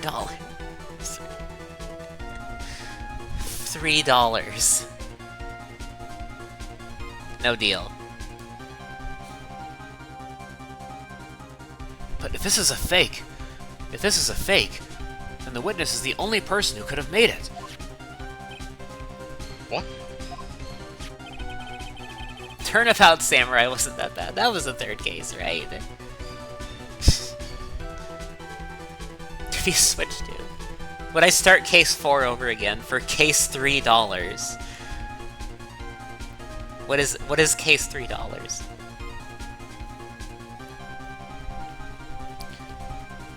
Recall the witness's testimony concerning this figurine. The only person other than the victim who could solve the puzzle is the witness herself. The amount of dollars in case 3. Miss Andrews, I mean, that case did include Money the Monkey, so that is money. It's money. Anywhere from 0.1 cents to 1 million. You've seen Deal or No Deal before. I'm familiar. I'm familiar with it. you wrote this note, didn't you? You wrote it so you could use it to frame Matt Ongard. I did no such thing. Right. If you're going to pronounce the suicide note a fake, then show this court some evidence to support your theory.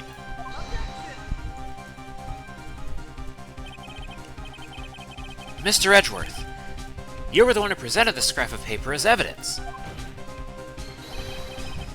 That means the burden of proof lies with you, the prosecution. Ugh! That's enough! Mr. Edgeworth, can you confirm the handwriting on this suicide note? It is as the defense has stated. The handwriting has yet to be analyzed. If that's the case, it seems that yet again we have reached a point where a verdict is impossible. Impossible! This isn't good, Phoenix. judge is going to carry this trial over one more day. I don't think Maya will physically be able to make it another day. I didn't want to have to do this, but I don't have a choice. I request that both the prosecution and defense further investigate. Handwriting analysis, my butt. That's just a lawyer trying to buy more time. Wright's guilty. Look, any idiot can tell you that. I think we've reached the end of the line. Guilty, guilty, guilty, Guilty. guilty, Guilty. guilty, Guilty. guilty, Guilty. guilty, Guilty. guilty.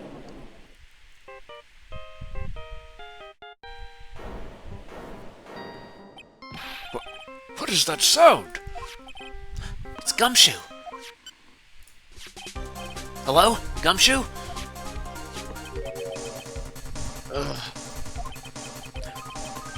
What is with him? What's with that sigh? Where's Maya? What happened to the killer?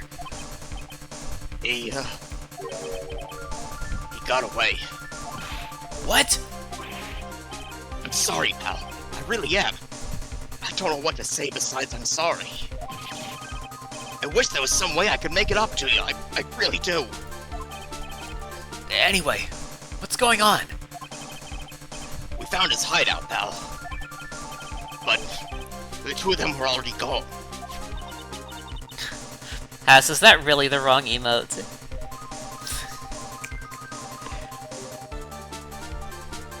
I don't think that could ever be the wrong emote.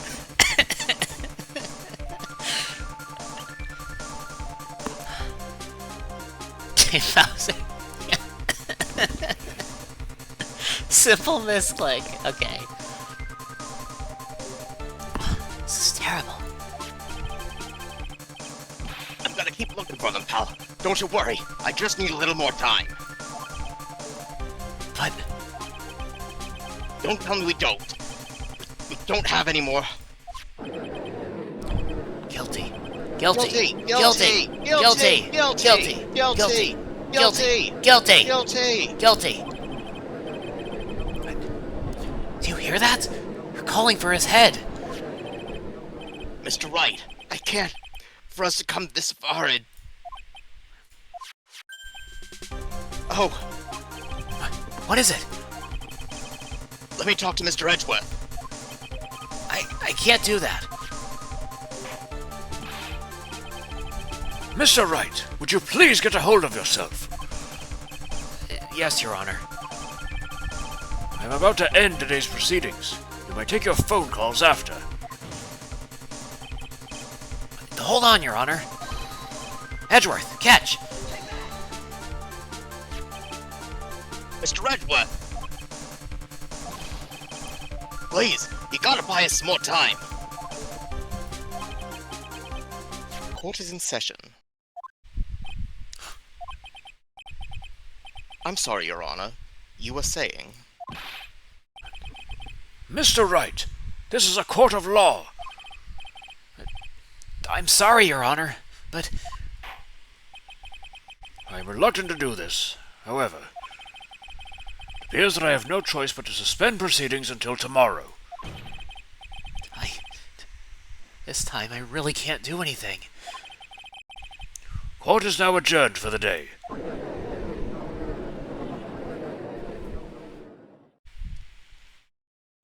Catch. Please wait, Your Honor. Edgeworth?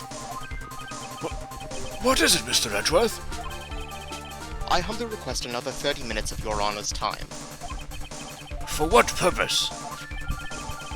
We can perform the necessary tests on this piece of evidence in that time. Can you really obtain your results in 30 minutes? I believe we can, Your Honor. Wouldn't it be better if we adjourn for today and then reconvene tomorrow?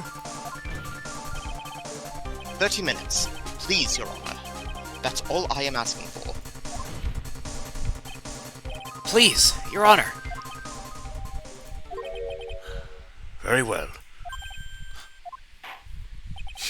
The Edgeworth thing, it would finally pay off. At the prosecution's request, this court will now take a 30-minute recess. But be advised that I will not allow another recess today. It's a plot point. I'm not sure if this is helping or hurting us. The court will now take its final recess of the day.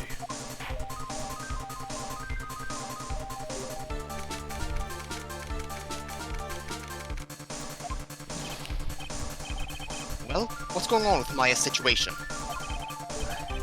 To kill her. It looks like he got away again. 30 minutes? I can't find her in that time. Ugh.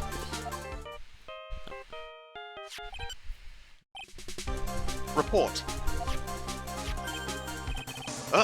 Is that Mr. Edgeworth? We don't have time, just spit it out. Right.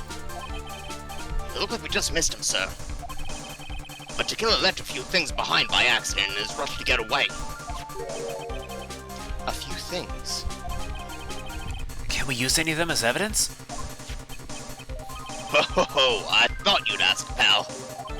Huh? I've got the things he left with me right now, and I'm on my way over. Really? That's odd. Any items like that are usually sent to the crime lab first. We don't have time to wait for those guys, sir. When those guys weren't looking, I swiped the stuff and ran. What? Well, I'm not a detective anymore, so I had to... I'm really sorry, sir, but I gotta put the law on hold for now. Sounds bad. Hope he doesn't get in too much trouble over this. With my hunk of junk car, I'd say I'll be there in about 20 minutes, sir. Don't worry, I'll be there. Wait for me. Alright, just get here in one piece. I'm on a mission, and no one can stop me now, sir. No one. I'm pulling out all the stops and running every red light. Items left by the murderer, huh? Just not gonna acknowledge that. Maybe there's something among them that'll be decisive enough to end this.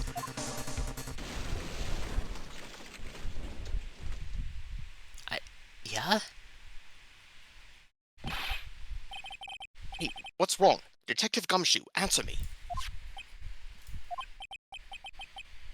No one can stop me.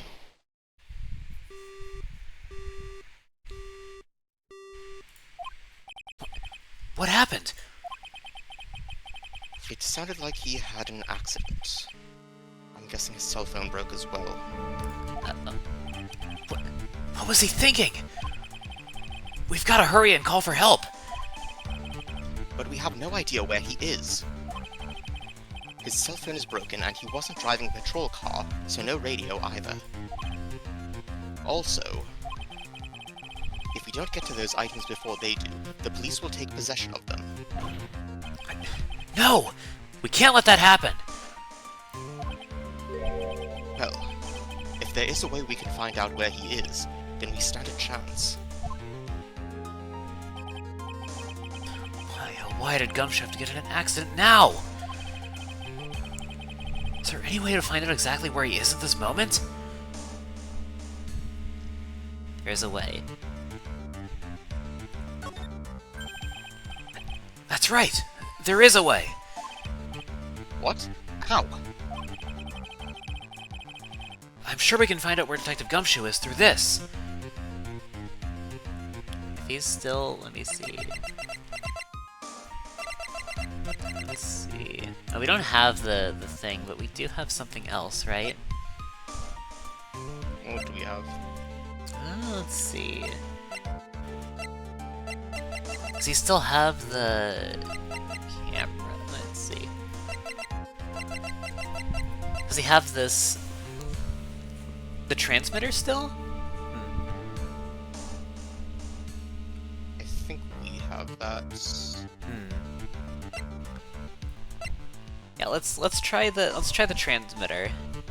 Might still have that. Yeah, this case is wild. Yeah. let's try the transmitter. Right, we're not in the middle of a mock trial here. I guess this won't work, huh? I guess it's up to me.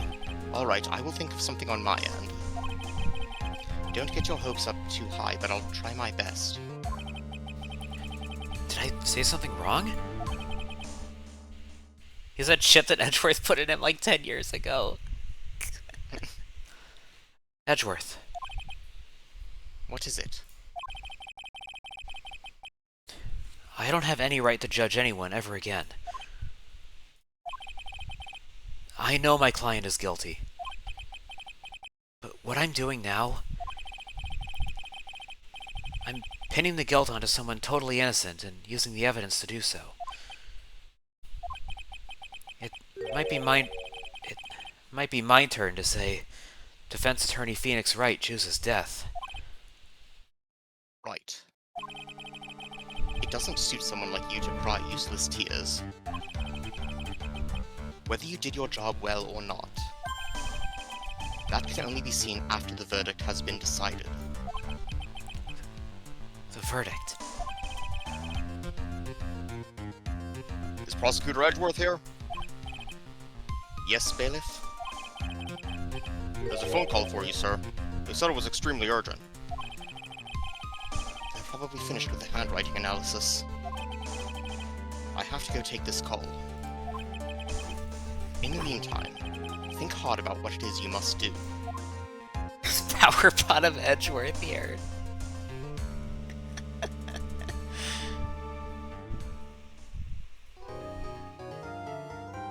Oh man. It's still going. There's still so much more. So, is there something else I could have presented there that would have helped? Yes, and I'm actually not sure how the trial will proceed at this point. I'm not sure if I fully expected there to be like another chance. I literally do not know if this is gonna go bad ending.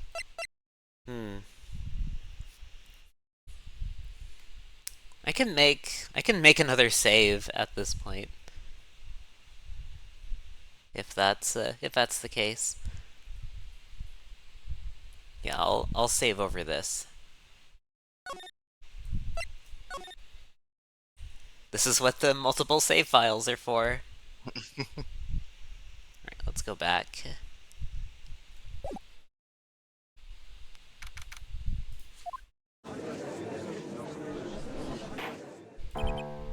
Okay.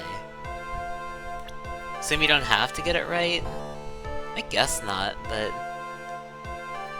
I mean, this is the trial that's... I'd normally say that, but with this trial being kind of infamous for, you know. Yeah. Being a little bit obtuse. Not obtuse, but, there's... You can very much get locked into bad endings in this one. I see. They prompt a save during a fail state? Yeah, that's what has me uncertain. Yeah, I wonder. How long has it been since you played this case, Saffron? Well, it's been a while, but also I didn't get that wrong. Oh, I see. You can manually save at bad times. Game wouldn't offer one when it's impossible to win. I see. I wonder. Well, it's something we can... It doesn't really matter? Okay. Yeah. So there's nothing I'm really locked out of then, like achievement-wise or anything? Not achievement-wise as far as I know, but like there is like there's like you can get bad endings with like your client getting found guilty. This one goes nuclear with with like how bad the ending can get. I see. It's something I'll figure out in time, I suppose. Oh man. Yeah. Oh, Wolfie, that it is. Also, it's like there's so much context around it that I don't want to spoil it, but it's like this is infamous for like not just for how badly things turn out if you fail at specific points, but there's one little mistake in the dialogue that also makes it like just chef's kiss disastrous. I see. And it's so infamous for it. Well, hopefully, I guess we'll see what happens from here. The mistake was fixed in later versions. Yeah, it's I'll have to post the original one because it's like it's horrible, but it's so funny. I see. Yeah, I assume Trilogy is one of those later versions. Like the PC release in particular. Yeah, I believe so. Yeah. Alright, so that's gonna be it for tonight. Thanks everybody for watching. Hope you all enjoyed. This has been a wild ride. And it's not even done yet. What is Von Karma doing here? I thought you were recovering.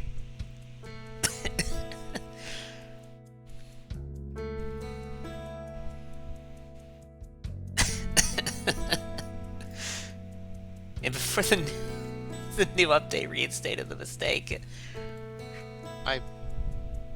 That would be really good if they did. Reader Rabbit? That's a deep cut. Damn, it really is. I haven't heard that name in ages. No, it's good. I'm Saffron. Yeah, this is Saffron. Hope you've been recovering well in the hospital, Miss Von Karma. The characters it goes to a mini game. That's fair. I'm absolutely making you do weird math puzzles. Let's proceed. Thank you for the gifts up to Von Karma, James. Yes. He is a raccoon.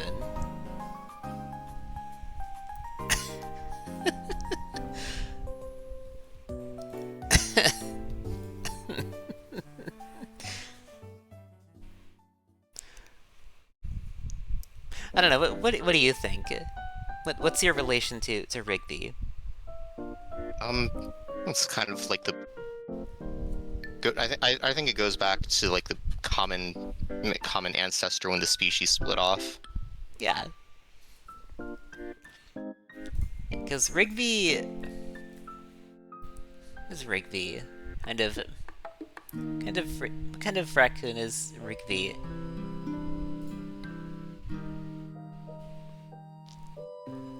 An animated one. Yeah. yeah. That is Rigby the Slacker, yeah. Who may have been seen with a blue bird. Who's to say? Maybe. Who can say? Who can say? But yeah, thanks. Thanks for watching. Hope you all enjoyed. I'll be back on Tuesday with more Hollow Knight. That's gonna be the last time I play through the Coliseum of Fools on stream, because it's tough. with the way I'm doing it. So I may just take care of that off stream if things fall through. I am I am aware of the Mordetwai. Am I ever? Something about airplanes. Hollow 3 overcharged on a first playthrough. That's rough. Oh, good lord.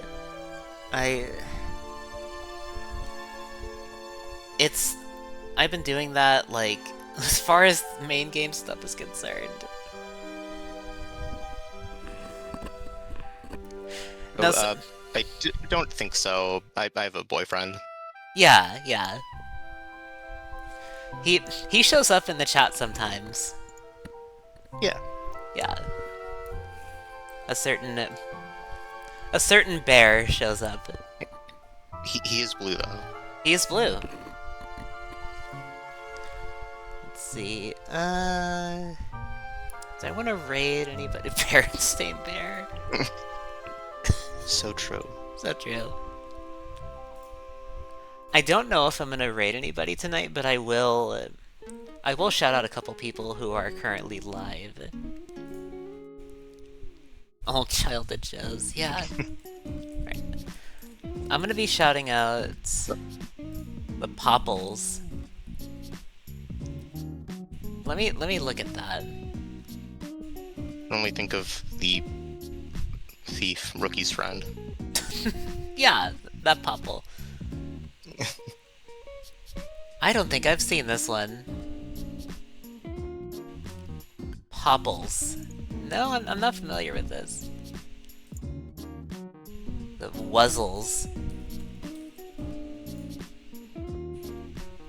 Oh, that's really, yeah. This was like before my time. It looks like. Yeah, the Wuzzles. I'm looking at it right now. That's.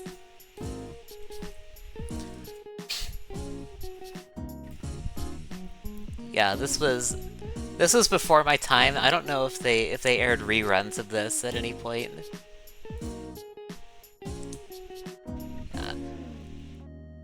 It seems vaguely familiar, but I don't remember it. Other than that. But yeah, I'm gonna go ahead and shout out Morden Rise. He is currently playing Dragon Age: The Veilguard. If you wanna check him out, and then also have Marisol Fable, who is currently live playing Date Everything. They're both very good streamers.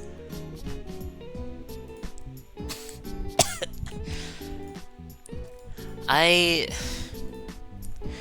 know enough about 50 Shades to like never interact with it in any capacity. Okay. But would you watch 50 Shades of Grey or play Case 2-3 again?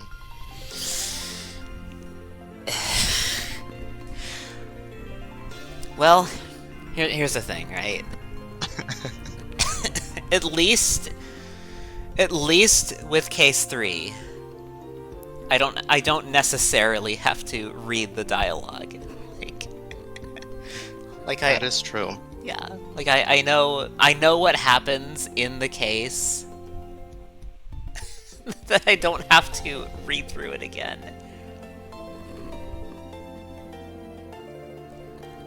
I know basically nothing about Queso other than, I don't know, he's a YouTuber, I guess.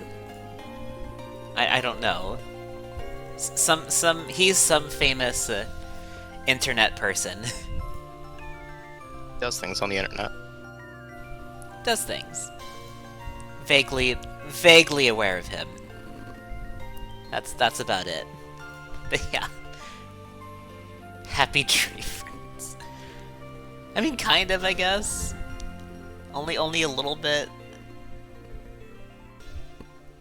Not as... It's not vibrant or colorful, you know? It's not overly so, right? What even is the internet? A series of tubes. Yeah, I think Bo Burnham made a song about it.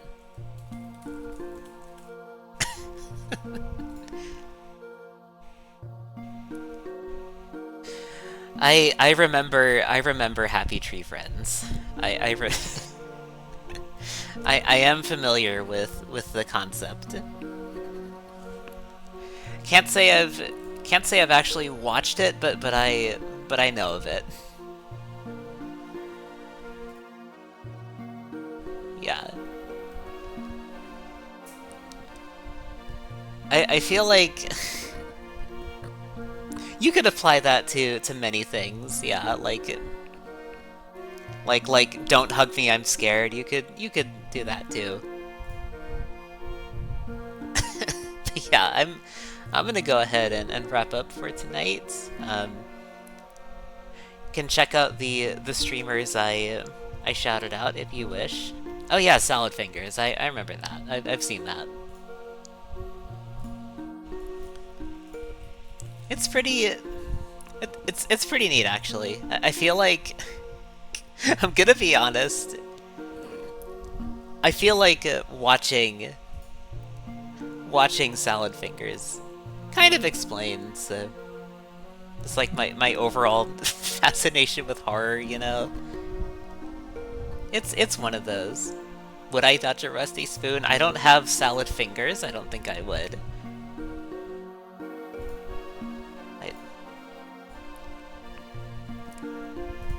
I don't think I would appreciate the texture as much.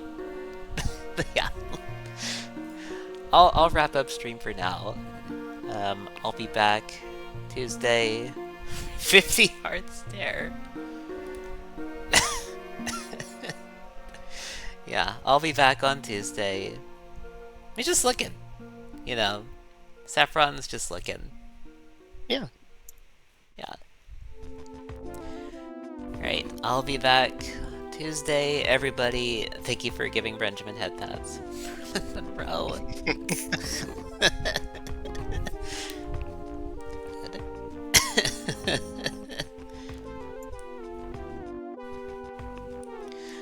I will...